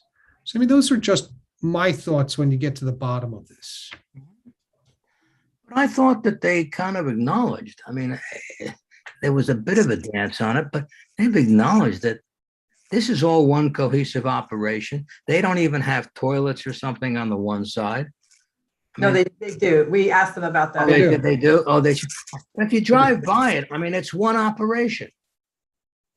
See, every time you come in, if somebody comes in to do this, you're supposed to, for the special permit application, 255, look at the totality and make sure there's all this compliance and make it work well together. I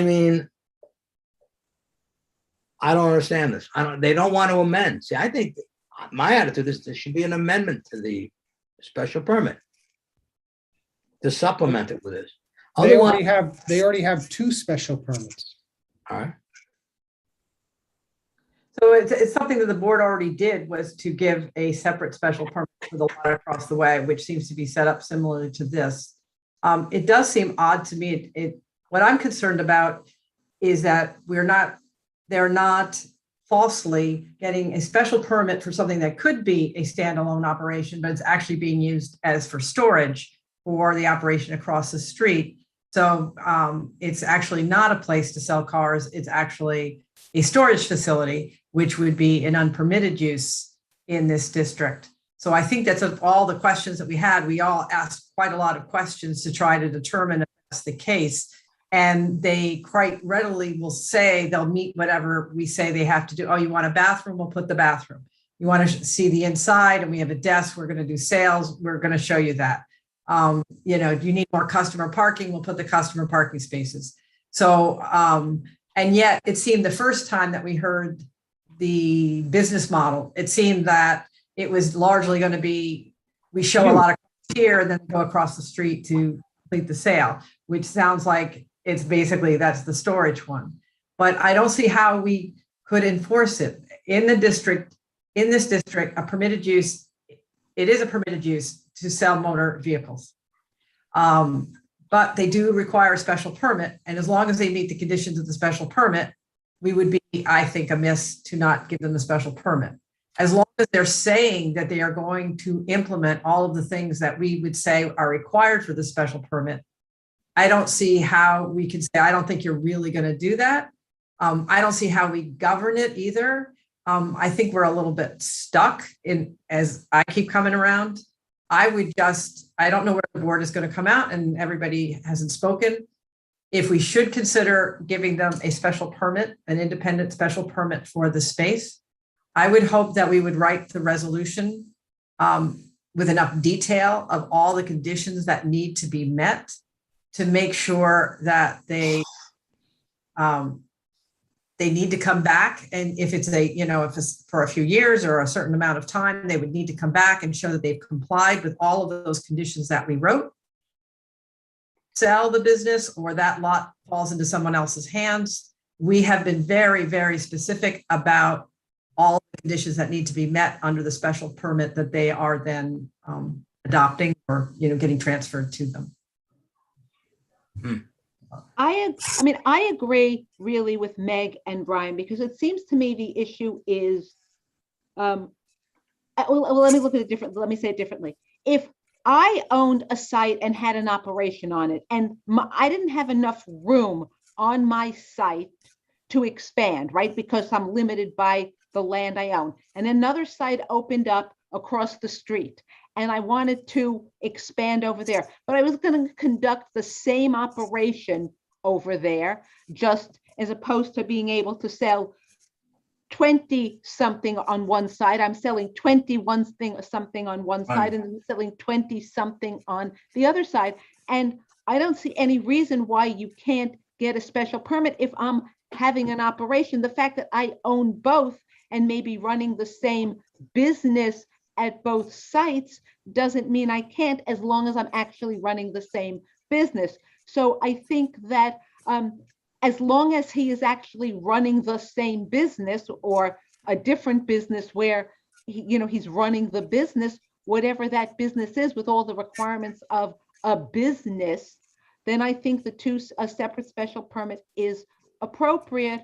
And we should give them a special permit with, as Meg said, all the conditions that are necessary to actually have a separate business, or the same, not a separate, even if the same business, but a separate, completely separate, but a separate operation. So that if in fact tomorrow the one across the street closed for whatever reason, whether the first or the second closed, they would still be able to continue operating the one that didn't close. And if they sold one of them, the other one would still continue, but everything has to happen in each place. Everything that's necessary for the first site has to happen at the first site, and everything that's necessary for the operation at the second site, or in this case, the third site, has to happen at the third site. In that case, I think a separate special permit is appropriate. Well, Robin, don't you have to, if you do the separate one, I hear what you're saying, don't you have to amend the existing one to the extent it's using this one? No, because you're essentially saying, let's think about it rather than this kind of a business. Let's think about a store. Suppose I have a store on one side of the street and I want to expand my store. I have a store and my store is, and I can't expand it. I'm landlocked, if you will. So I buy a site across the street and I open a separate business. Let me think of a small market. And Okay, I but want to you're saying expand my it's a market. Wait, let me separate finish, business. David. And I want to expand my market across the street. Now, maybe I don't even carry the exact same goods. Maybe I only have fruits and vegetables on one side of the street and I have hard goods on the other side. But the fruit and vegetable store is arguably a fruit and vegetable store. There's no requirement that says I have fruit and vegetables in both stores. So I can have fruit and vegetables in one store and canned goods, hard goods in the other store. And they're both my Robbins, markets, but they're operating together because obviously I'm operating them together, but they're completely independent. If I closed Robbins Market, I might not want to keep one as only fruit and vegetables and one as only hard goods, but I could absolutely do that. Okay. So I think the question here is. Rob, do you Wait, let me just, if I can just say. Yeah, go ahead. I think the difference is that what we were thinking about is that Robbins Market is running in one lot and there's a space across the street. And across the street, you're just storing all of your canned goods to bring over to sell in the one that's over there. That's what we were trying. I'm not saying that that's what's happening here, but I believe that's what I was trying to ascertain. Are they really operating a complete store and business, or are they operating the storage for the market that's across the street? Because that would be an unpermitted use. But Meg, I don't have to go that far. See, I think the problem, Robin, the issue I have with your analysis, and I like it, is that, but the problem I have is these aren't separate. I mean, we've listened to them. You go over there, this is where they handle it, this is where the paperwork is, this is here. It's one operation. So it's not like you're selling X over here and Y over there. There's a merger. It's you go there right now and you see it. I mean, I drove by it today. There's cars on both sides, the same company, the same flags. I mean, it's like, it's one. It's not like, the way you explain it, Robin, makes perfect sense to me. If I had a completely separate standalone entity, fine, I can have a relationship with myself. But it's not a relationship, it's the same store. Robin, own Robbins Market, and they're both called Robbins Market. And they all wear the same colored uniforms and they all have the same everything else. The only difference is I happen to only sell one thing over here and one thing over there because I discovered what if you did, what if you had works better for me. But so I don't see. No, but what, Robin, what if you had one store? You have what you just said, and now you create another one, but it sells the same stuff. And actually, you can go like on the first floor of Bloomingdale's to pick out something. You can go up to the second floor where I'll meet my wife. And then I can pay for my things up there. She can pay for hers downstairs. It's one store. Now, I suppose one could say, it's not like the jewelry district where everybody's got a little booth, but it's one store. So, I mean, if someone told me that the first floor of Bloomingdale's was a different store, but they work together, it's not. It's, to me, that's a bad example because I'll go along with that. No, I'll tell you why Bloomingdale's a bad example, because the Bloomingdale's that opened in Soho actually was able to open because they made that argument that each of the departments in Bloomingdale's was a separate store and it wasn't one store. So let's leave Bloomingdale's out of it. I don't know. To me, it's like, I feel, and I don't have a big issue, but my problem with this is, you got a Toyota dealership here. Okay, they have a special permit. Well, they have several. What for? What? For the same thing, but they're one. So when you do your analysis under 355, or you take a look at was it Article 10 or something of the code, I don't know. Can we write in the resolution that we are giving a special permit to this motor vehicle dealership, Toyota City, or we put the name in, that is operating in conjunction with this other one, that we are knowledgeable of it, and that's why we're giving this resolution, and we're giving it to it as it was explained to us, which means it's associated with the one across the street?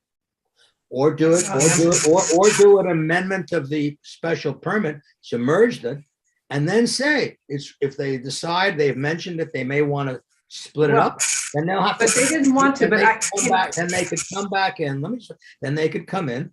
So without prejudice to them saying, okay, we're changing our operation. That's okay.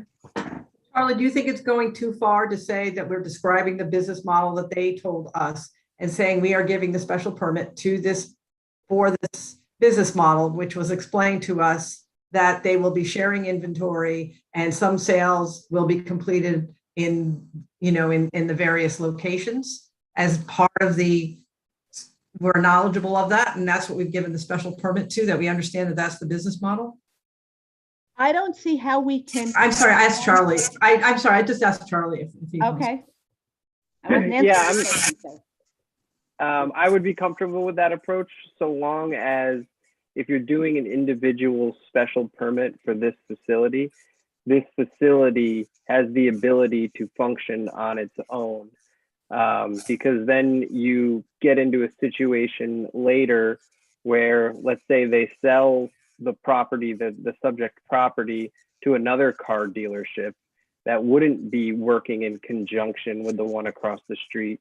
You would want the resolution, yes, to recognize that they're working in conjunction, but it also has the ability to operate as a standalone facility. No, I was saying no, because I feel that they're actually having an adjunct position and it's basically more storage. I'm not really sure that it's actually, I consider this, but I can't see how we deny them if they keep saying we'll meet whatever conditions. So I'm actually saying I understand that this special permit, as we're giving it with those conditions, run with whoever's going to walk in. But that means that if somebody walks in to do a car dealership and they don't mean to run it in conjunction with the one across the street, they would have to come back to us to start the special permit process again. They would have to anyway.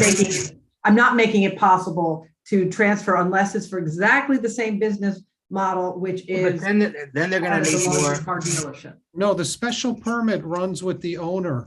When the ownership changes.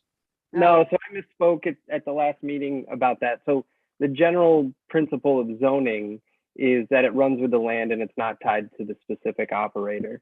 The special permit isn't like that though, is it, Charlie? No, because special permits are it's a zoning function. And so, there's a lot of cases out there that say when you start to regulate the operator or the tenant as opposed to the actual use of the land, which zoning is intended for, that would be inappropriate. Yeah, Dave, the board used to take the position that a special permit was just for the owner, but the law was never consistent with what the board used to do, because New York law, there are a fair number of cases that talk about this, Dave, in New York, and if you think about it this way, so the difference is that so the way Meg described it, if that's what it said, would be the same thing. If we gave them a special permit and the special permit were somehow in conjunction with, then someone else who wanted it would have to operate it in conjunction with it, because that was a condition of the special permit. It couldn't be, but I'm not sure that's a problem, because that may be going to, I think that's actually something we can't do, because that's controlling the way they operate. And I don't think that affects the land use issues involved. So I would actually have a real problem with doing that. It seems to me that and I don't think, as David is suggesting, suggesting that we amend the existing special permit. They didn't apply to amend the existing special permit. So I think we'd either have to grant it with all the conditions we think are appropriate, or deny it because we think it's not independent and make them come back to amend. Well, we could decide that it was an amendment. We could decide that since we don't give it, this is a part and a subset of the other one.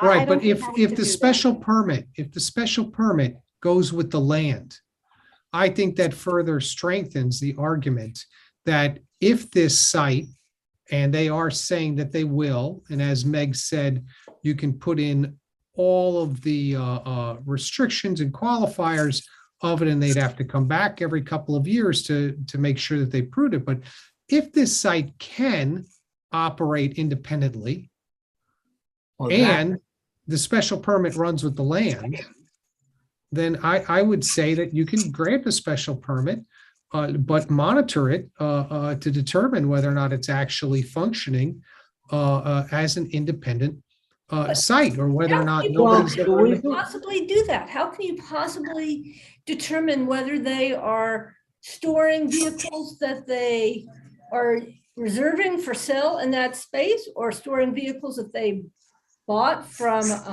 in trade-in? It's, we're putting in conditions that we can't possibly even enforce.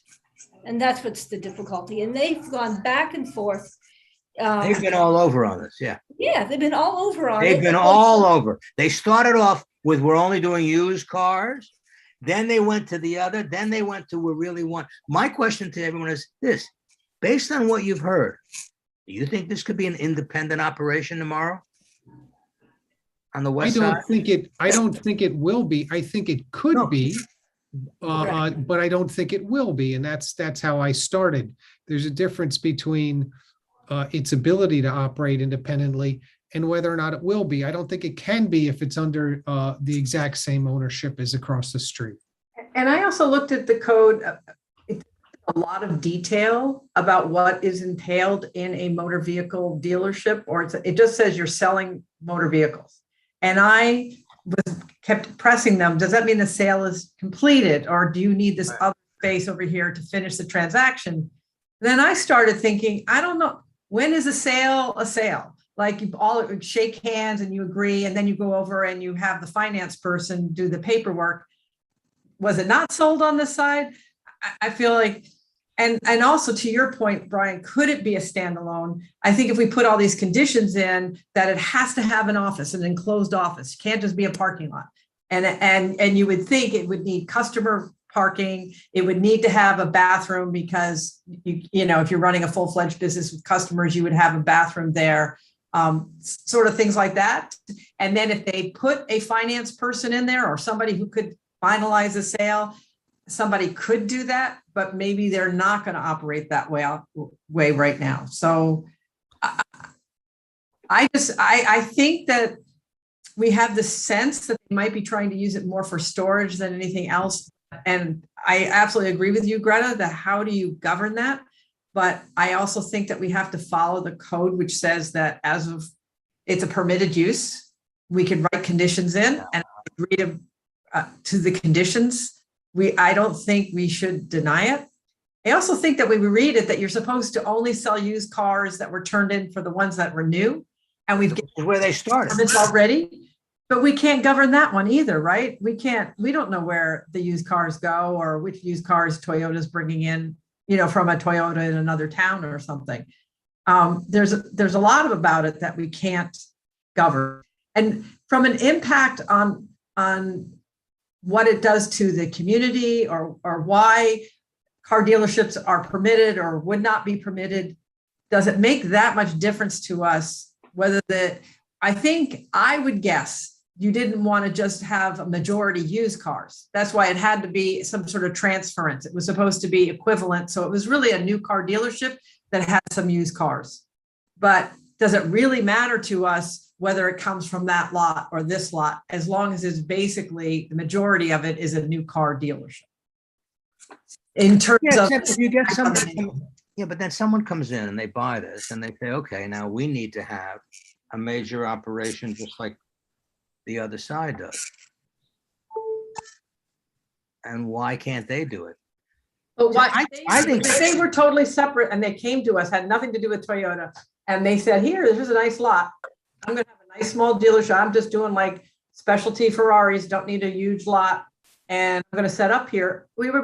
They had an office and they had a bathroom and we were comfortable with the amount of customer parking that they had, and the lighting.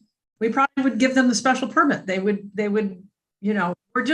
I'm in the back of my mind, I'm thinking that they're trying to circumvent I think they're just trying fact that it's mostly storage, or they're going to have a bigger not operation. someone else, an independent person coming in to have a car dealership there. If they met all the conditions that we're going to write in the resolution, I don't think we would deny it.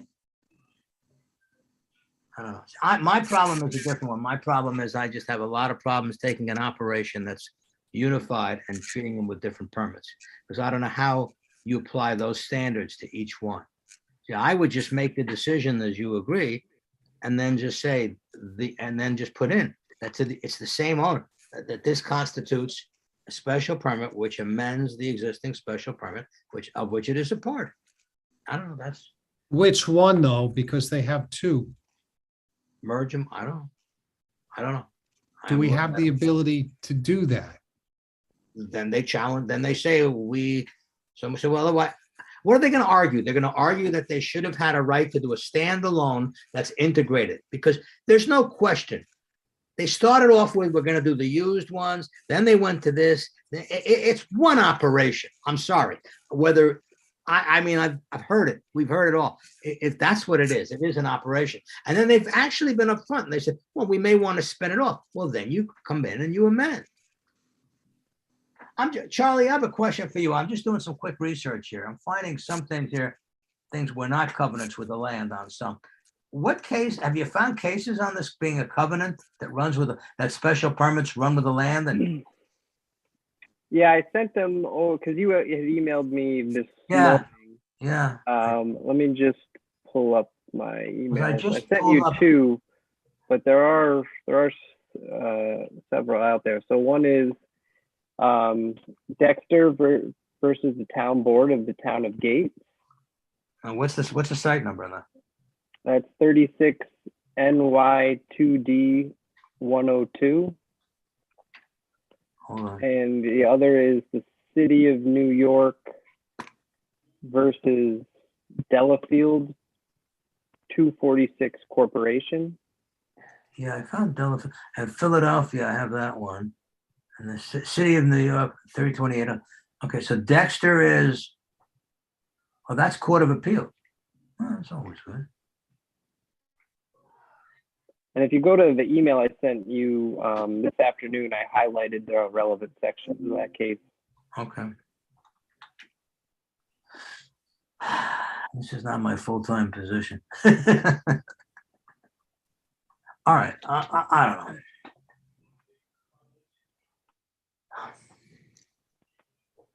No one, I mean, I don't want to stand alone.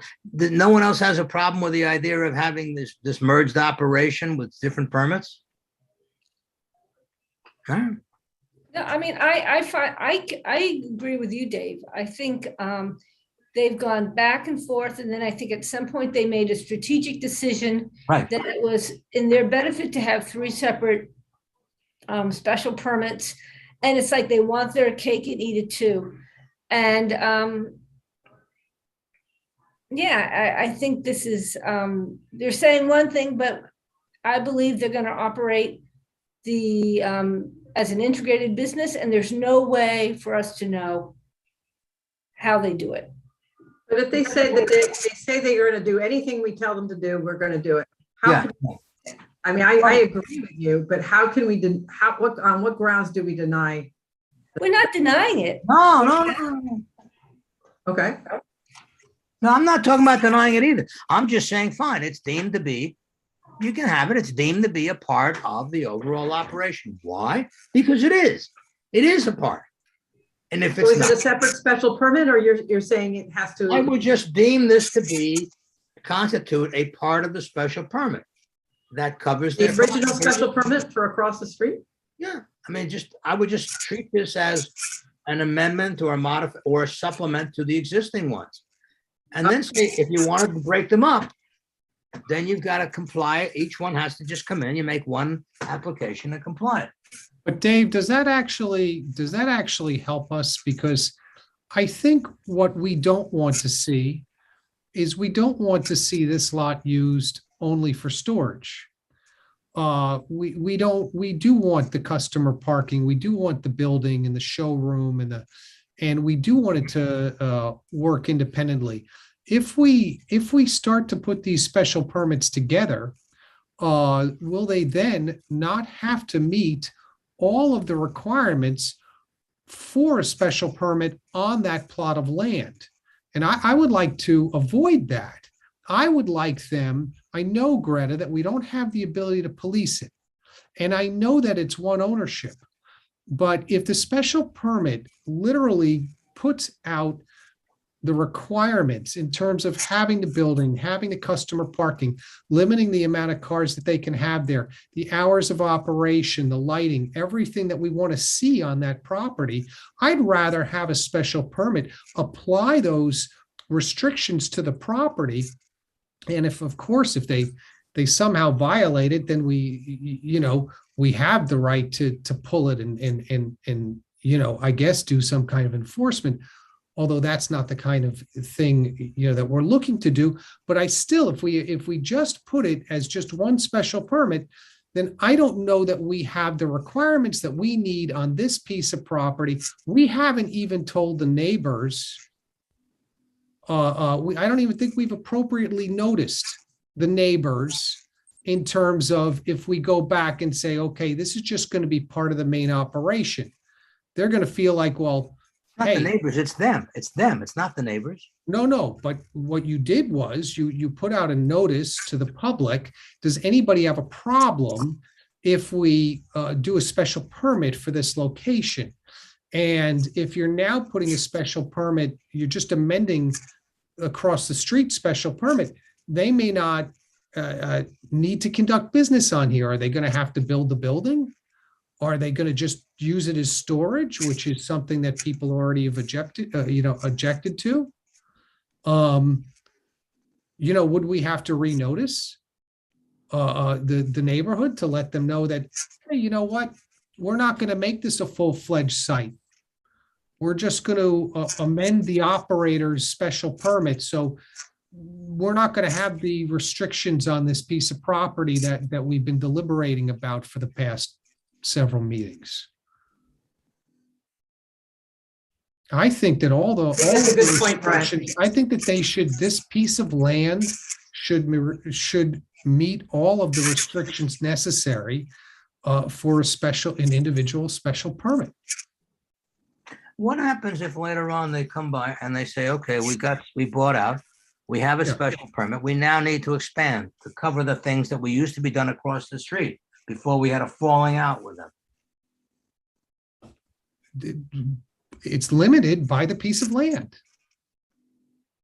They can't have more than they have. When we went through this, we also went through, I was the one who said, in order to comply, they would need 10 customer parking spaces.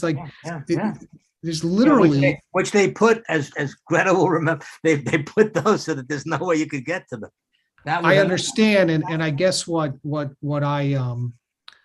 I fear is if you just amend their current special permit across the street, this is just going to become a storage facility, and those customer parking spaces are going to be used for wayward cars I would rather have them meet all of the requirements and be beholden to those requirements through the length of their special permit. I think it's a really good point, and it would also ensure that they sell new cars, because the motor vehicle, definitely that was specific in the code that we're giving it to a dealership for new cars. Whereas if we wrap it up, they could use that for storage of just used cars, and you would be driving by every day just looking at a massive lot of used cars, which just doesn't have the same feel as when it's a new car dealership. Right. I agree, it's a good point. I agree, it's a good point. I find it a frustrating application. I understand that. I'm frustrated by it too. I just want to try to do the most restrictive thing possible. Well, then work out some conditions, because I'll tell you, you're going to make this into a full rounded, huge operation on both sides. Well, they have that plot of land. They have that plot of land, and we don't want it used as storage. Well, then, okay. So then why don't you develop some conditions on storage? But also, I don't think there's any limits in the code for how big your car dealership can be or not be. we may not want it, but that's not prescribed in the. Well, you have the right, so you can put conditions on the special permit, right? So you want to put no storage? I mean, why don't you?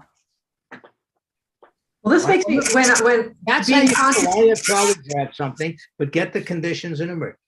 Well, they have a prescribed, they already have a prescribed number of spaces for their stock, their cars. And there's a prescribed number of spaces for customers and staff. And they don't have site plan approval yet, right? Well, that's an issue. Why can't, we can require site plan? Charlie, you They were before the planning board.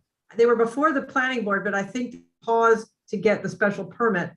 And they're going back. I'm not sure what sequence they're in, but they were before the planning board already. Yeah, Charlie, you said that it was up to the building department if they had to get site plan. I don't see that. We can require Well, site plan approval. They'll definitely, this definitely requires site plan. I don't think there's any question about it. It would be a new building and a new use on a property. So then the question For a of new building? whether the customer park spaces are true customer spaces or not, the planning board will pick up. They'll either approve, they can approve the site plan or not, or the traffic and if there's enough space between spaces and all. That would. But do you have a problem with how many cars can be there and how many, and that it can't be used for storage? I mean, Brian? You have a Well, problem? We have to say that you have to sell cars there. We have to say that you're going to have an office and you are completing. That's new the car primary sales. purpose of it, and not. Right, for storage. Primary purpose, And and it limit has the to have, number. yes. they have And a you can- building with a And you can showroom. sell, They're gonna have some cars with a limited amount of spaces on the property. I think site plan approval would be very helpful. Maybe we can Well, I do think some we have to kind just of, put our conditions in there, that's all. I think you Right. need to put your conditions in there, how many they can store, what they have to do. And Charlie, by the way, I'll get a couple of sites for you on something, all right.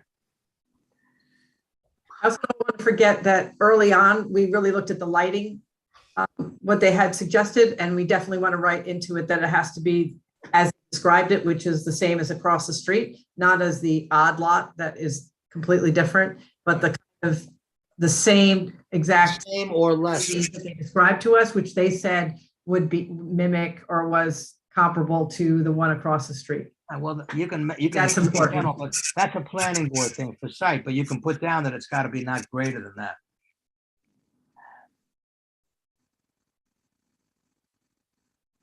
All right.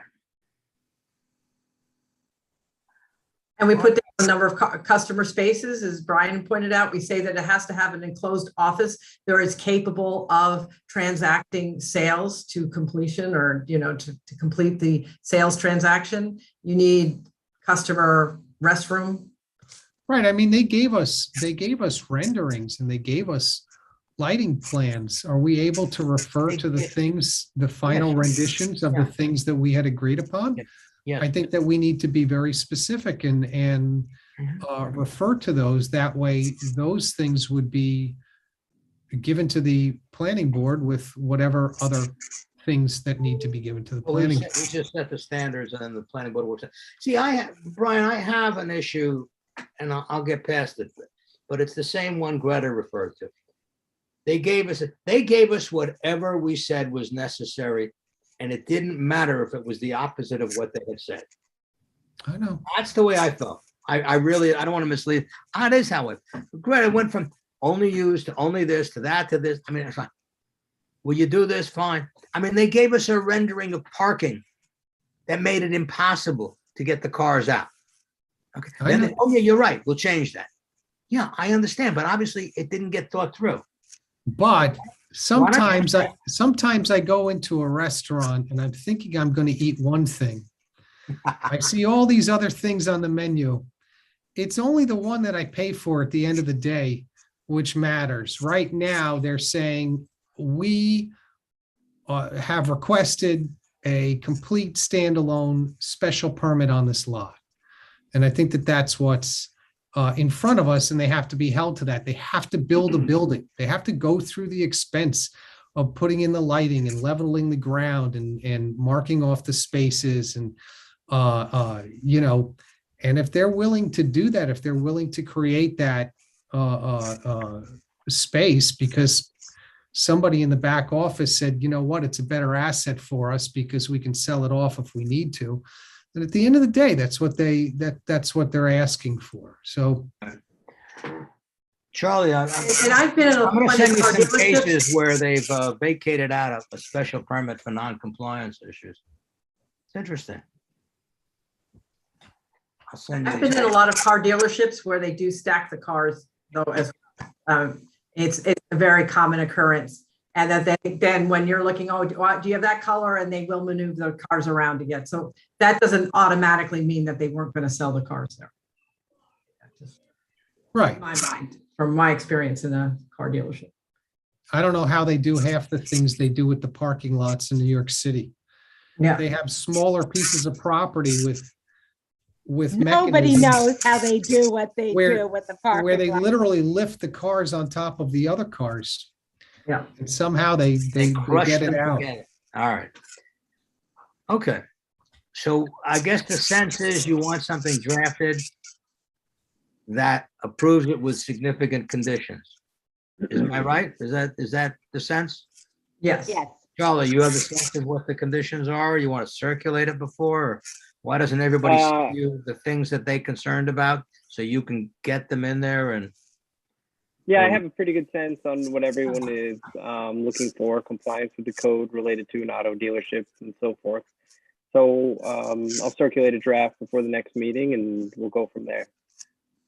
Okay. And we'll go. There's an interesting case I just came across, Charlie, that I'll send you.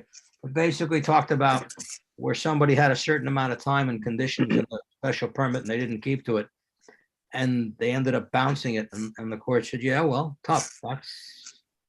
It's similar to kind of the probationary period that you guys typically. That's another thing. How long? Yeah, this is a 3 year. We're going to give it for a short term, for 3 years. We could even say 2 years to make sure in this case. And when they come back, we'll ask them to describe how their operations go. We won't tell them. We'll ask them, and if they describe operations that are consistent and that are then we're okay. It strikes me. We can absolutely check that.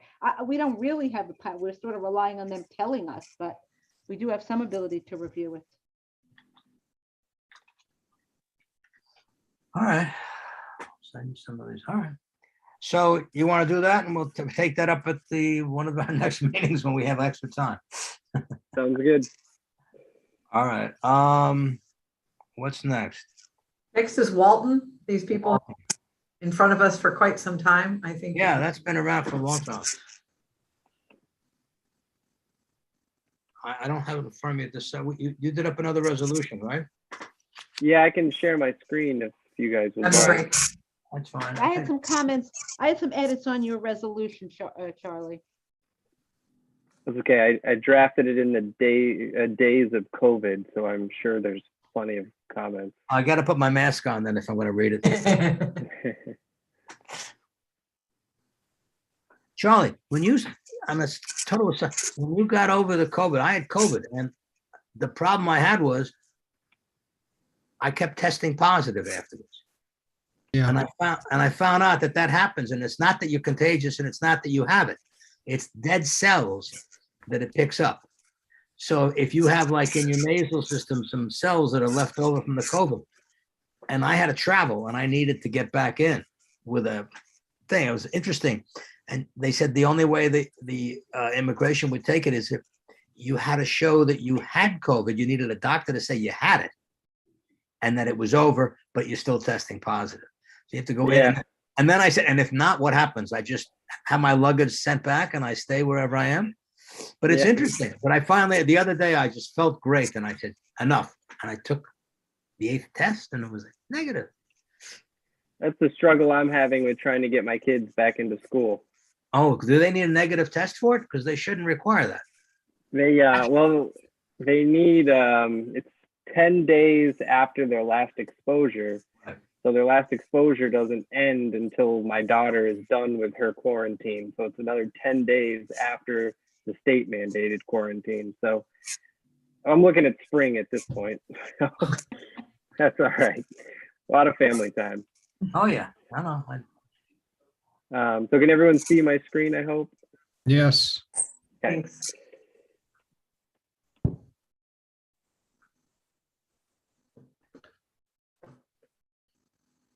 Okay, so I mean, my first comment was on the 1, 2, 3, 4, fifth whereas clause. It says, whereas the applicant has determined that the following lot line designations that the language doesn't make sense. I think it's that where the applicant has determined that the following front and side yard designations shall apply, something like that. Because that's what they're determining. It's the yard, which is the front yard, which is the side yard, shall apply. That the following designations apply or shall apply something. Okay. Then my next comment is just, again, it's just more language. It's the 1, 2, 3, 4, fourth, whereas on the second page. And it says, whereas the new landing and related canopy is proposed to be 12.7 feet from the front yard lot line. I don't know if you meant there is no front yard lot line. It's either the front lot line or the front yard. So I think you mean front lot line. Yep. And the word yard should come out. And then 2 whereas clause downs, it says, whereas the existing stairs are actually constructed over the side yard of the words of the B side lot line, because right, they have 2 side yards, or the B lot line is the side, yeah, it's the B side yard, because otherwise the B lot line seems, you have to sort of go back, so it's the B side yard.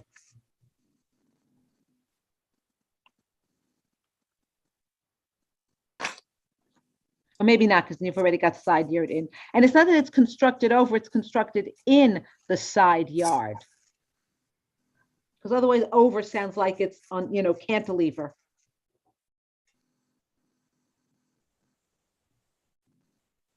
Okay, then you go down 2 more, and then whereas the new landing and related stairs will cure the existing encroachment. I didn't understand that, and I'm not sure what you were trying to say there, Charlie. It didn't seem to. So what I was trying to say was that, like, as the whereas clause that we just fixed, so the stairs as they exist encroach over that side yard B lot line.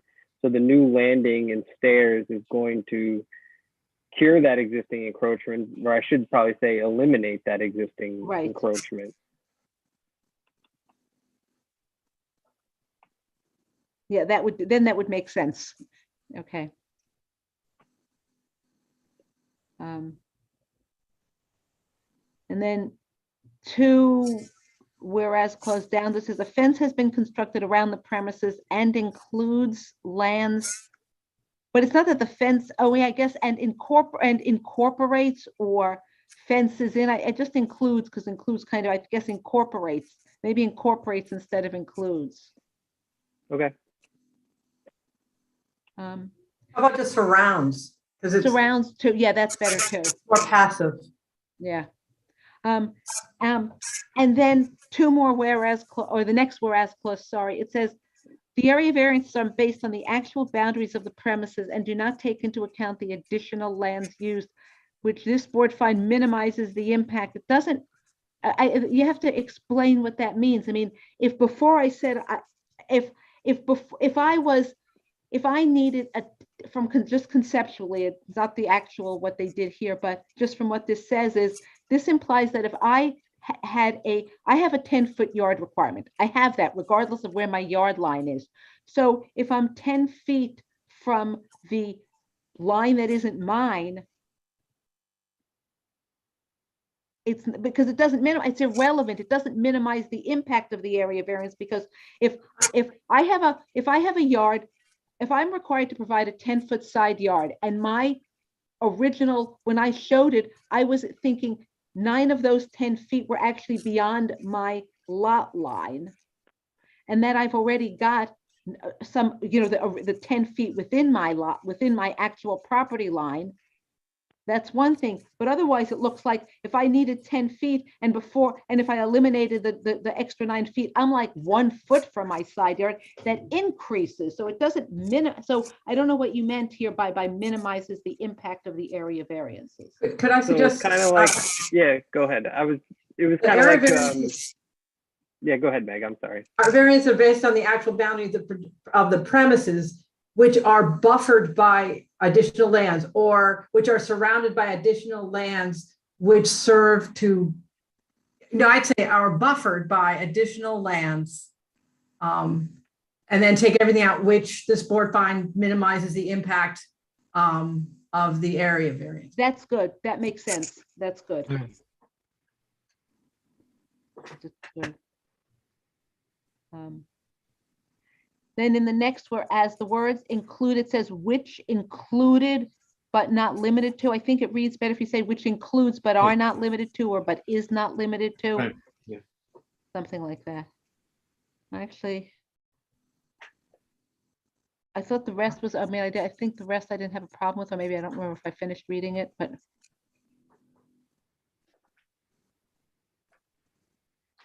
Oh yeah, again, in the number 3 of the, is that the last sentence says the area variances are also not substantial when considering that additional lands used by the applicant but are not. I think that goes to the point we were just discussing. I think you have to rewrite that last sentence to say something more in the order of whereas. The additional lands that buffer the property. Yeah, I'll use the same language as above. Yeah. And the number 4, it wouldn't make the premises undevelopable. They already have building on it. So I don't think it's right to say which would make the premises undevelopable because it's developed. So I think conceptually, I think that's right. I think the size and shape of the premises makes doing any work here very difficult, something like that, but it doesn't make it undevelopable. Can we say? I think what you meant was to development? do further renovation. It didn't mean like totally 100% undevelopable. Yeah, the additional development. Yeah. Right, that's so. Right. Or improvements.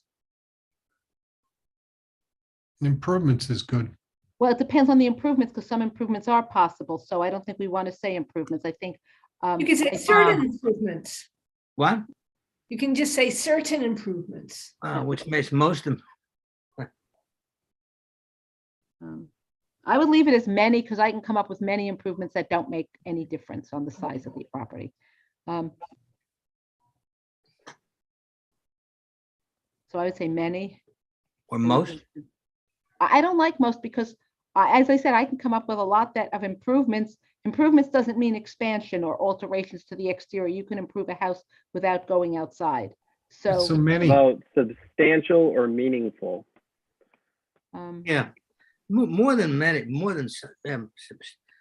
Not even substantial, even minimal ones. I think any exterior alterations or exterior improvements, I think that's where you get the problem.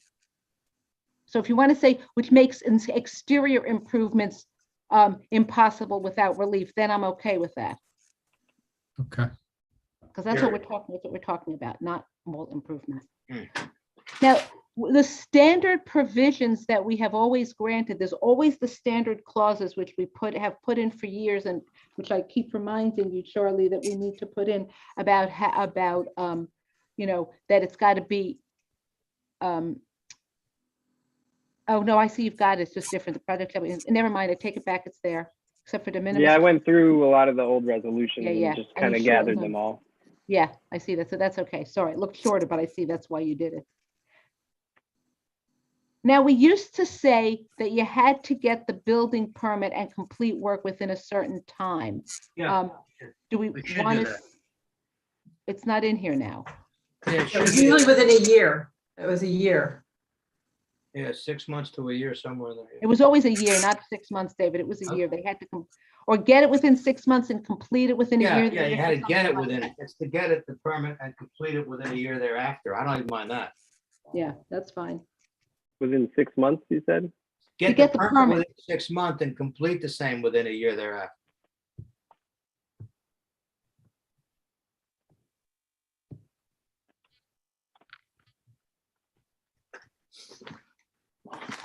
Sorry to be going in on the screen. I dropped the mouse. I can't find it.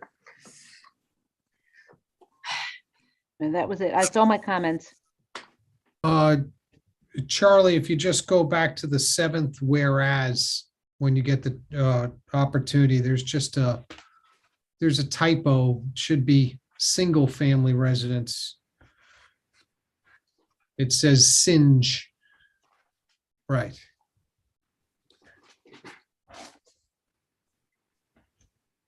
Oh, and then in the next one, it should say an area variance or area variance. Oh, area variance relief. No, that's okay. Never mind. I guess I read, it's fine. Never ignore anything. Yep, that's fine. Okay. I don't have any more comments.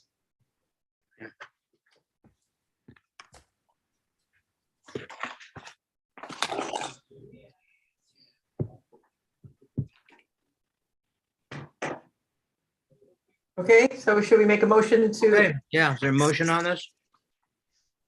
I I make a make a motion, motion to approve. Is there a I'll second? second it. Okay, Brian Yeah. and Meg? Yes. Greta? Yes. Okay. Robin? Yes. Yes.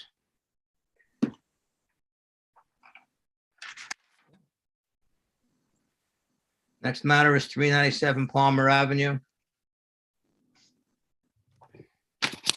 We've discussed this before. All right. Okay. You know, Dave, I have a threshold question on this. Now, I did watch the last meeting.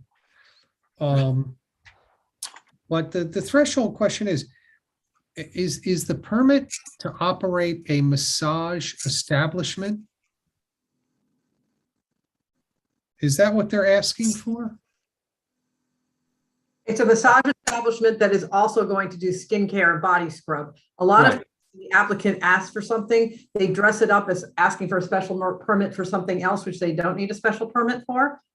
You know, they say, oh, I want a spa with such and such and such, but the special permit guidelines for giving a special permit for a massage establishment. So I would say that we're giving a special, we are thinking about granting a special permit for a massage establishment that will also plans to provide skincare and body scrub. Okay, so massage establishment, which is 342-42.1. It specifically mentions under there that it has to adhere to the requirements set forth under Article 16. And Article 16 can only exist in the manufacturing district because it's that's the adult use district, which specifically talks about massage establishments. I don't know. I haven't seen that. I'll look at that. Wow, that would be different than how we've been holding. Yeah, we've been applying it, we've interpreted it and applied it differently historically every time, including recently. Right, but it clearly says under 342-42.1 Yeah. that a permitted massage establishment located within the village shall adhere to all the requirements set forth under Article 16. Okay, so That what are the doesn't mean requirements? it I don't think can that means the only- zone. Yeah, it doesn't mean it Doesn't mean it's in the yeah, it zone. doesn't mean it has to be in that zone. No, it just means that you have to comply with those general requirements. So you have to look at what those requirements are and then apply them. But I don't know that we've ever done that. I don't know that we've No, ever we looked at haven't. Article But 16. Let's look at Article 16. Yeah, let's look at Article 16. Where is it?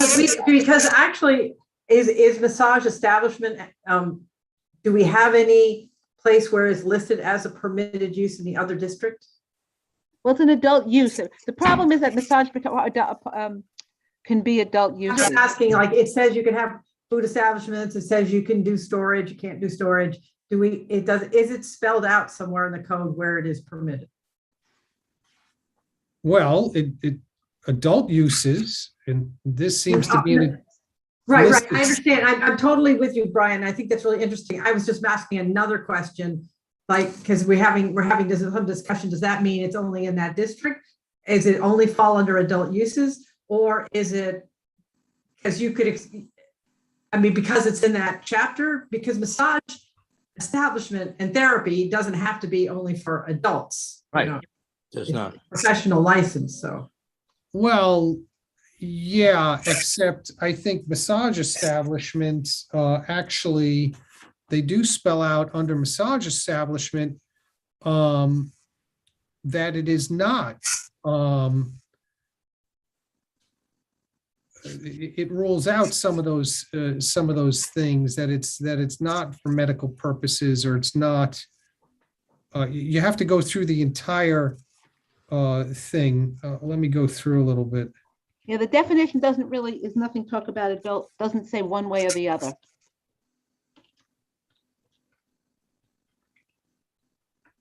What is the?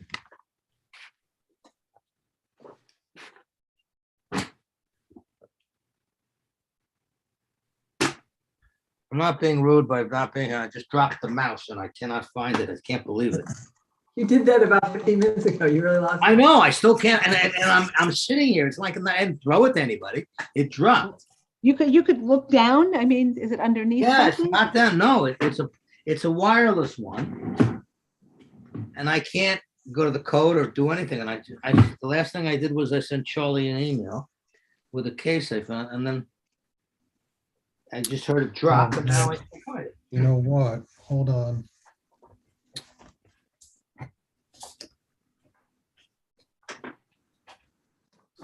Go to the definition. You know, it's interesting, but going back to use, massage establishments are not listed as as to what district they're permitted in. That's correct. Right, that's what I'm saying. And Brian found this article, went to Article 16, which was very smart. And it's relating to adult uses. So you would think that. But it doesn't say massage parlors in there. But it does say under massage establishments that you have to. Right. You have to follow the guidelines in Article 16. And to me, that seems, I think Brian. Yeah, and by the way, if you go into the definitions, you'll find in the definition of massage establishment what it is and what it is not. Right. This is not something which is part of a medical clinic or chiropractic or osteopath or physical therapy. This is basically a place where they derive their income primarily from providing a massage. But massage is a professional license under New York law. And it's not chiropractic, it's not acupuncture. So just because you are, doesn't mean that it's automatically some sort of adult use and not something that is. Oh, I understand that, and I have the code. That it is a licensed thing. I'm just trying to make sense of our village code. I agree with you. I think that the village code seems to be saying it's adult use because it says it has to comply with everything else that's only allowed in an adult use district. And you can't find any other district where it says, yes, you can have massage establishments. So I agree with you, but it's not because of the nature of massage. I'm not saying, I'm not saying that. But it's because the code is relating it to this Article 16. Yeah, I actually have a bigger, I don't actually see that. I don't see that just because it says it has to fine with the conditions. I think that's different, but I do think it's an interesting issue that there's no place in the code that it says where it's permitted. And it doesn't actually even in article, in the manufacturing district say it's a permitted use. It talks about, and actually I want to look up something. I'm going to check something. But what is it? What is it? They don't put all uses in there. It's a professional licensed use, isn't it? Yeah, there is no definition of adult use. I just looked up the word adult use. I understand, but there's no, what makes, does it say lawyers can be in a particular area? That's what I don't know. If it's a business, right. No. Yeah, but it also doesn't say lawyers have to. I think another. Right, Meg. I think think another concern is that this is a non-conforming use, and it's a different non-conforming use than the prior use. And if you look at 342-64B, they talk about a non-conforming use of a building shall not be changed to another non-conforming use, except where approved by the Board of Appeals after a finding that the change will be to a less non-conforming use, and one that will be more harmonious with the surrounding areas. I think The use of the building is as a office use, right? You're suggesting that each individual place within the office building, if you have an office building that is a prior non-conforming use, and it a exists as an building's office not a building, use. A building's not a use. A building is a structure. There's uses within the building. But the uses within the building are office uses. I can change my office from a lawyer's use to an architect's office. So I don't have to keep it as an architect or a lawyer or a dentist, as long as it's the same use under our code. So if a massage establishment is the same use, i.e. an office use, as the existing office use, i.e. what was it, a dentist office, then it is not a change in use. They're both considered professional offices. Yeah, If, but however, yeah. different use, then it's a different use. Given the hours that they're seeking, I would say that they are using, it's a different use. They're seeking, I think something like 7 days a week until 10 o'clock at night. That's not the use. Well, it may not be that it's actually, Greta, I don't think it's a different use. It may be that it's an expansion of a non-conforming use. And therefore. But isn't it the use of the build, isn't it? In other words, you're saying that an office building now, so you're going to go into every building that's non-conforming and then every office within it? No, I think what Greta's saying is that, and it's interesting, is that it's an office building. As long as they're all offices, then you can keep doing whatever you want, and you can go from architect to lawyer. And if the lawyer was there till 10 o'clock at night and the architect closed at 6, it would still be an office use. So I'm not sure the hours are the issue, Greta. I don't think so. And what about the dentist? And then it's a free, you can operate, the dentist can be, I mean, if there's a reason that we want to limit the all operation inside it, that's different. Then you operate, then everybody should be bound to that. I think the real question is, I think we really have to go, even though we've never realized it or thought about it, I think the whole question is this an office use? Or is a massage establishment an office use? I think that's really where the question is. Right? The non-conforming use is an office building. Is a massage establishment an office use? And since we have a definition in the code, and the definition in the code doesn't say, actually, as I said, I hadn't really thought about this until Brian raised it, which is, it's good to have somebody look at things differently than, given that it's got a definition of a massage establishment, doesn't say it's an office use. And it doesn't include the office of a physician, surgeon, chiropractor, which means, just to be clear, if this had been a doctor's office instead of a dentist's office,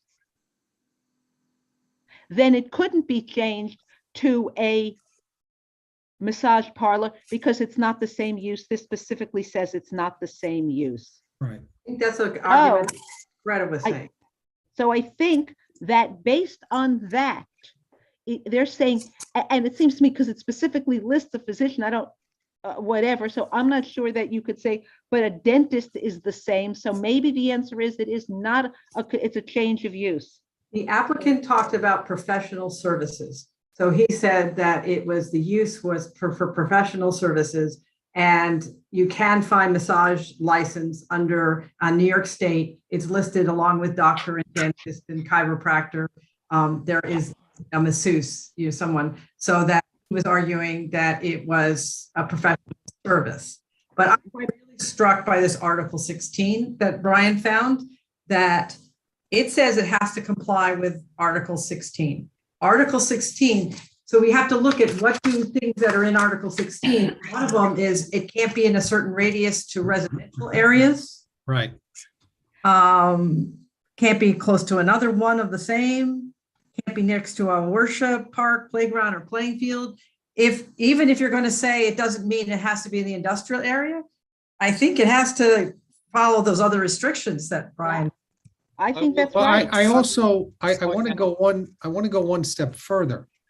While a masseuse is a licensed use, masseuse can be used in conjunction with a health spa, a gym, and all of that, and those things are specifically not considered massage parlors under our village code. So yes, it's a licensed profession. However, we're really looking at the business here. And the business here, as defined, is a massage parlor because it derives the It's a massage establishment. It seems like it's not a massage parlor. It's a massage establishment. well, yeah, they keep going back and forth with the language. But the title of the special permit that we would be giving is a massage establishment. A little uncomfortable to try to characterize it as a massage parlor. I have to, can I, if no, everyone doesn't mind, and this is not Mamaroneck, I can't tell you exactly, but I can tell you how the term and how all of these issues arose originally, which doesn't mean that's true today, but the whole issue of massage establishment arose probably 20 plus years ago, when at the time, massage establishments were used, or maybe more, probably more 30 years ago. Time flies when I'm not thinking about it. When massage parlors, I'll use the term parlors, were used for things other than massages in the nature of adult uses. And so codes everywhere in many parts of the state were amended at the time to try and make it clear that, merely providing massages was okay. It's when so like if you had massages at a health club, that's not a massage establishment. But the problem is that the way our code does it is our code seems to say you could have just a perfectly good massage establishment as something completely separate, as all as you get is the special permit, which I think makes sense because you can have a perfectly legitimate massage establishment that provides massages. I mean, there's lots of them. I mean, there's a nice fancy one in Larchmont that does nothing but provide massages, and it's there may be them in Mamaroneck. There's one right on Mamaroneck Avenue. Right. So I think they're perfectly fine. But I think Meg is right. It has to comply with the standards in Article 16. Right. Which is something we haven't considered, and I think we do have to consider them. Yeah, I think regardless of whether it could be an upstanding place or how it's being used or what, it's not for us to say if they're right. It has to look at the 16. But as when I read this code, it could be this is outdated and the code should be revised and have more opportunities for more massage establishments to be in more districts. But I'm pretty much firm right now that we don't even have to talk about the non-conforming use and which can go in an office building, because in my mind, it's actually not permitted. Because it's definitely within the radius of residential areas. We could look for other things, but I think that's not all the ones that we've approved are. So I think it's a problem for us, not for us, but I think it's a problem for the village for the future. But I think given the fact that it says it has to comply with the standards in Article 16, I think that it's very clear that we have to find these standards. I don't see, and the fact that we didn't is an interesting issue, and maybe we needed Brian on the board. That's need to address the issues. This is what I'm going to be known for. If I could just make one point for the board's consideration. If you look under the adult use district criteria, so right under 342 110, 342 111 allows you to waive those restrictions. So it is something if you would like to consider. Well, you with all the other problems with this, I don't want to.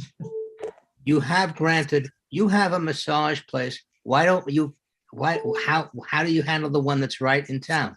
Right in the village? I think that's an error. David, conditions for waiver. The proposed use will not be contrary to the public interest or injurious to nearby properties, and that the spirit intent of this article will be observed. So we made that. So we could have made that finding. Yeah.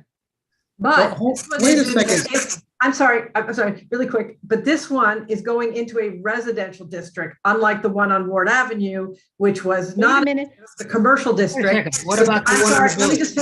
just finish. So this one is going into a residential district. So our consideration of waiving the conditions should be different than what we did for one that was in the C1.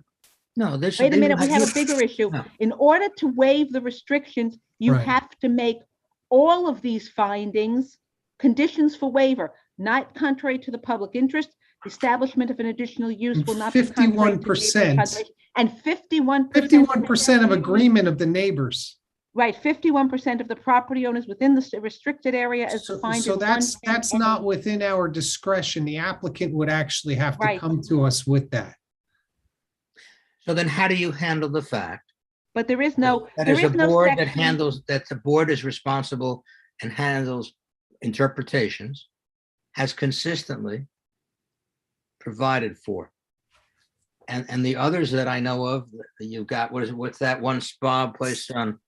Yeah, the one we recently approved. Well, there's that one. And what Well, about, there's at least 3 or 4 others. David, can I ask you a question? Because I'm not familiar with the history of what the board has really done for the other places. The real point when it comes to a massage establishment is that their primary source of revenue is through the administration of massages. Mhm. So those other things that you approved, did they do other things? No, Shiatsu Massages does just They do massage. nothing but massages. They just, Board, but- they all do. but- The ones in but this town have one- a big sign. This one doesn't. The ones in town, right in the village, has a Right. sign. That's what they do. They have the other one. If the No, board had an I mean, I just oversight- think, I don't know what Charlie thinks, but it's like, you're gonna really open, I mean, you've done an interpretation, de facto, if not a de jure, the interpretation here on all the others. No, it's an oversight, not interpretation. You know, Alright. it's an oversight precedent. I don't think so. All right. Charlie, if the board found in the past, because they were unaware of a piece of the code, you know, it didn't come up, it wasn't discussed, and now we are aware of the code, how do we handle it? So I'd have to look into it a little bit, but as a general rule of thumb, there is no estoppel from a municipality curing a defect that they have made in the past. Right. But Um, no So reason then we have to to vacate all the permits we've issued, right, Charlie? Right. So it would be Right. helpful to maybe get all the resolutions of the massage establishments that you've permitted in the past, get an understanding of how they were permitted, just to make sure. I know we recently just did one, but I don't know others, and maybe they are before people's time on this board or folks weren't involved, but get an understanding of, was this issue ignored? Was it addressed? Was it not even considered? Ignored. Was it Not- truly an oversight? Truly, you know, I could tell you, having been on the board for at least one of them, possibly 2, we never even paid it. We didn't realize it. It was an oversight, complete oversight, completely. I mean, we look at the one we just approved. No, this was not noticed. We omitted it. We missed it. We, you know, we just didn't focus on it. Whatever we did, you know, wasn't like. So what happens, Charlie? You're telling me then that all of the existing ones have to be closed up, right? No. No, He said- why not? Why not? You just said you can't stop them. We've made a mistake. Oh, undo it. Unless the village is going to, issue a violation or something, we don't have the power to revoke the special. Oh, we do have the power to, but we can't.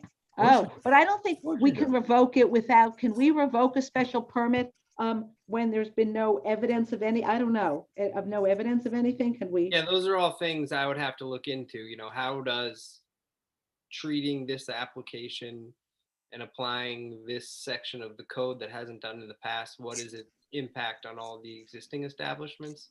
I'm not quite sure on that answer. I'd have to. Well, not only that, I think that's one of the things you have to look at. The other thing is where the board has applied the code in a manner that doesn't enforce that section, that constitutes a de facto interpretation. I guess you could argue we were ignorant and therefore it wasn't an interpretation, it was a stupidity. Well, that's an interesting argument to take. That's not going to engender very much.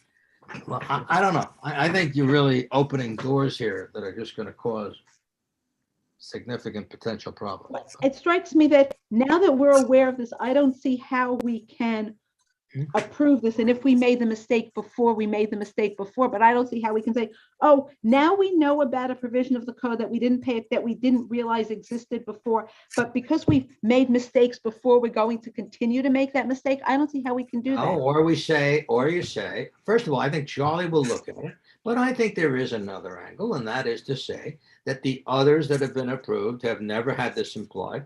They've never had it enforced by anybody or never had it applied. And therefore, the board will continue to operate under its prior procedures and interpretations, that they're not applicable to this. And that's it. It was never interpretation. We just didn't consider it. It was an Right. oversight. Well, then that's saying that the board's stupidity, I'm just going to say this, really means that they're all at risk now. I mean, listen, I hear you. Look, I don't know. Call it the Brian rule. Please don't. I meant no. I think. I mean, no trouble for anybody. And actually, if you remember, I posed this as a question, being new to this board. I asked, why it says this. Unfortunately, it's new information. And obviously, if it's something that's never been considered, it's an oversight. I think that the board is allowed to make oversights and errors as long as they're not, done knowledgeably. So therefore, I don't necessarily think that the things that have been done are defective because of an honest oversight. Unfortunately, when it comes to application, the code is the code. I think that's what we're here to follow. This may mean a change going forward. But right now, that's not even in front of us. The only thing that matters now is the matter on our agenda. How does this affect the matter on our agenda? Or we could find that we don't approve this. Where Robin was going is whether or not this is the same use or not, is the same professional use or not. So if it's a change of use and it's in a non-conforming residential district, we could not approve this request on those grounds. And at the time, do some research on what we've done, or go to the trustees and say, hey, do you want to, down the code? And What you want to, if what you're saying is what you're going to do, you've just set yourself up, I think, as a lovely defendant, quite frankly. I don't get that. don't think, can I suggest? We could just pretend it's this. No, we have more than one reason to, it was argued about whether it's, we also know that they came to us because they're asking to continue in a residential district, a non-conforming use. And we were all asked to consider whether or not this is the same use. We have two things that we are, and then Brian brought up another issue, but we do have this issue that was before us on this application. And if we were not inclined to grant them the special permit for those reasons, we just don't need to consider. But I'm not saying we ignore it or we just kick it down. I would hope that there's something else we could do. We could go back to the trustees to, to understand this, or I don't know. Can I make a suggestion that at this point, we get Charlie to do some research on these open issues? We adjourn this till the next meeting. We ask Charlie to do some research on these open issues. Then based on the information we get at the next meeting, we can make a decision of which direction we want to go to. I also want to point out one other thing with respect to those other applications. There is this waiver provision, and the waiver provision, presumably we could have made two of the three conditions easily for the others, and only the third, which is the 500 feet from a residential district. So the only issue for the others would rise to the extent any portion of it was to the extent that it was within 500 feet of a residential district. Mamaroneck, everything's within 500 feet Everything of a is. residential district, pretty much. So, but maybe only, that it might be, that would be the only piece that obviously we couldn't just waive on our own. So I think let's get the information from Charlie, and based on that, we can have another think about what to do here. I do think that we're 60 days. I think, Why don't you also look into the liability issue here? As far as for this On application? an article, on a constitutional claim, on a 93 action, yeah. Okay. Why would it be a takings? What would you be saying it was?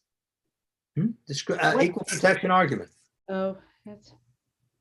Yeah, well, I do think that we're 60 days out from closing the public hearing. Do we have to ask for, we have to do something about it for this application? we'll extend it and ask the applicant. I mean, I think we're barking up a tree. I'm just gonna say this. I think we're barking up a tree that if it's not discriminatory, boy, you better have a great way to talk it through, because I hear what you're saying. But I brought 1983 actions. That's what I used to do. And to me, this is about, you got one in the village. You've got 4 or 5, and one right in the heart of it. They're all in the same issue. And the board, and Brian, the Board of Appeals, unlike other boards, has the right to interpret and apply the code. And it can make interpretations of the code.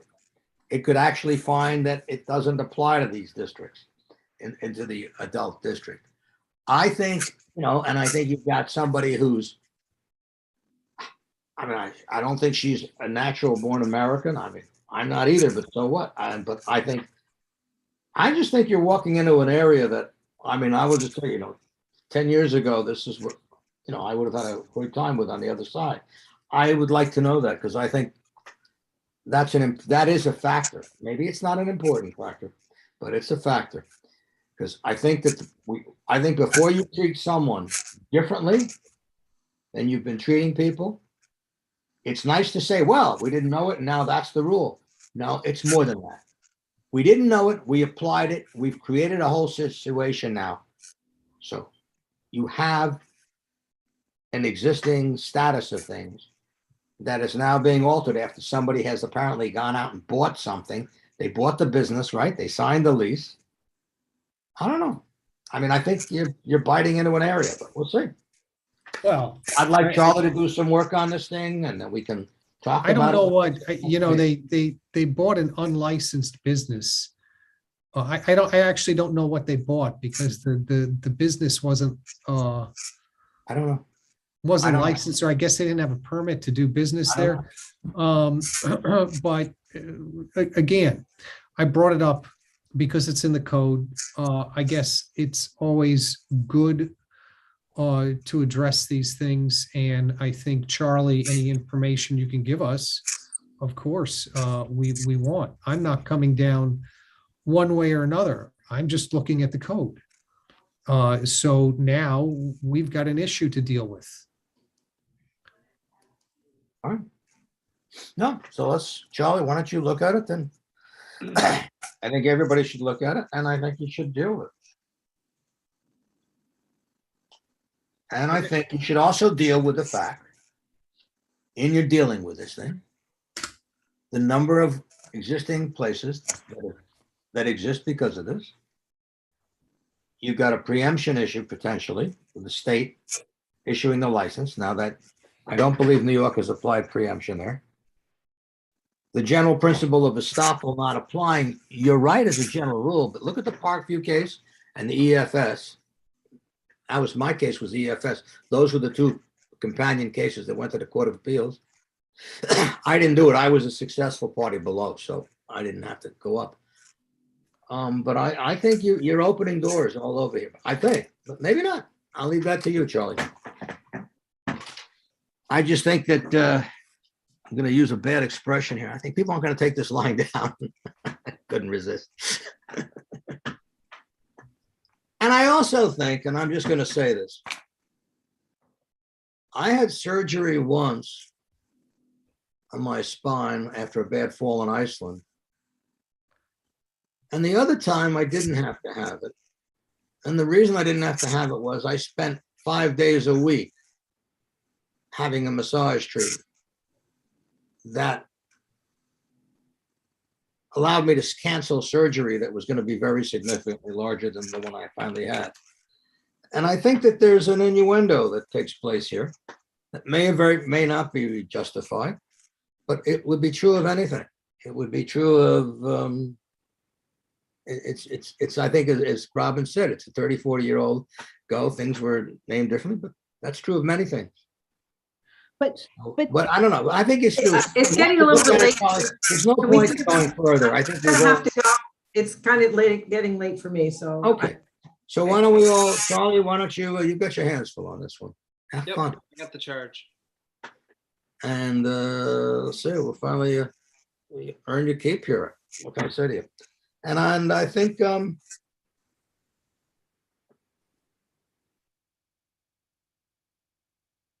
I mean, we've got immunity. Yeah, there's a concern here, but all right, we'll deal with it. Anything Okay. else? Are we all set?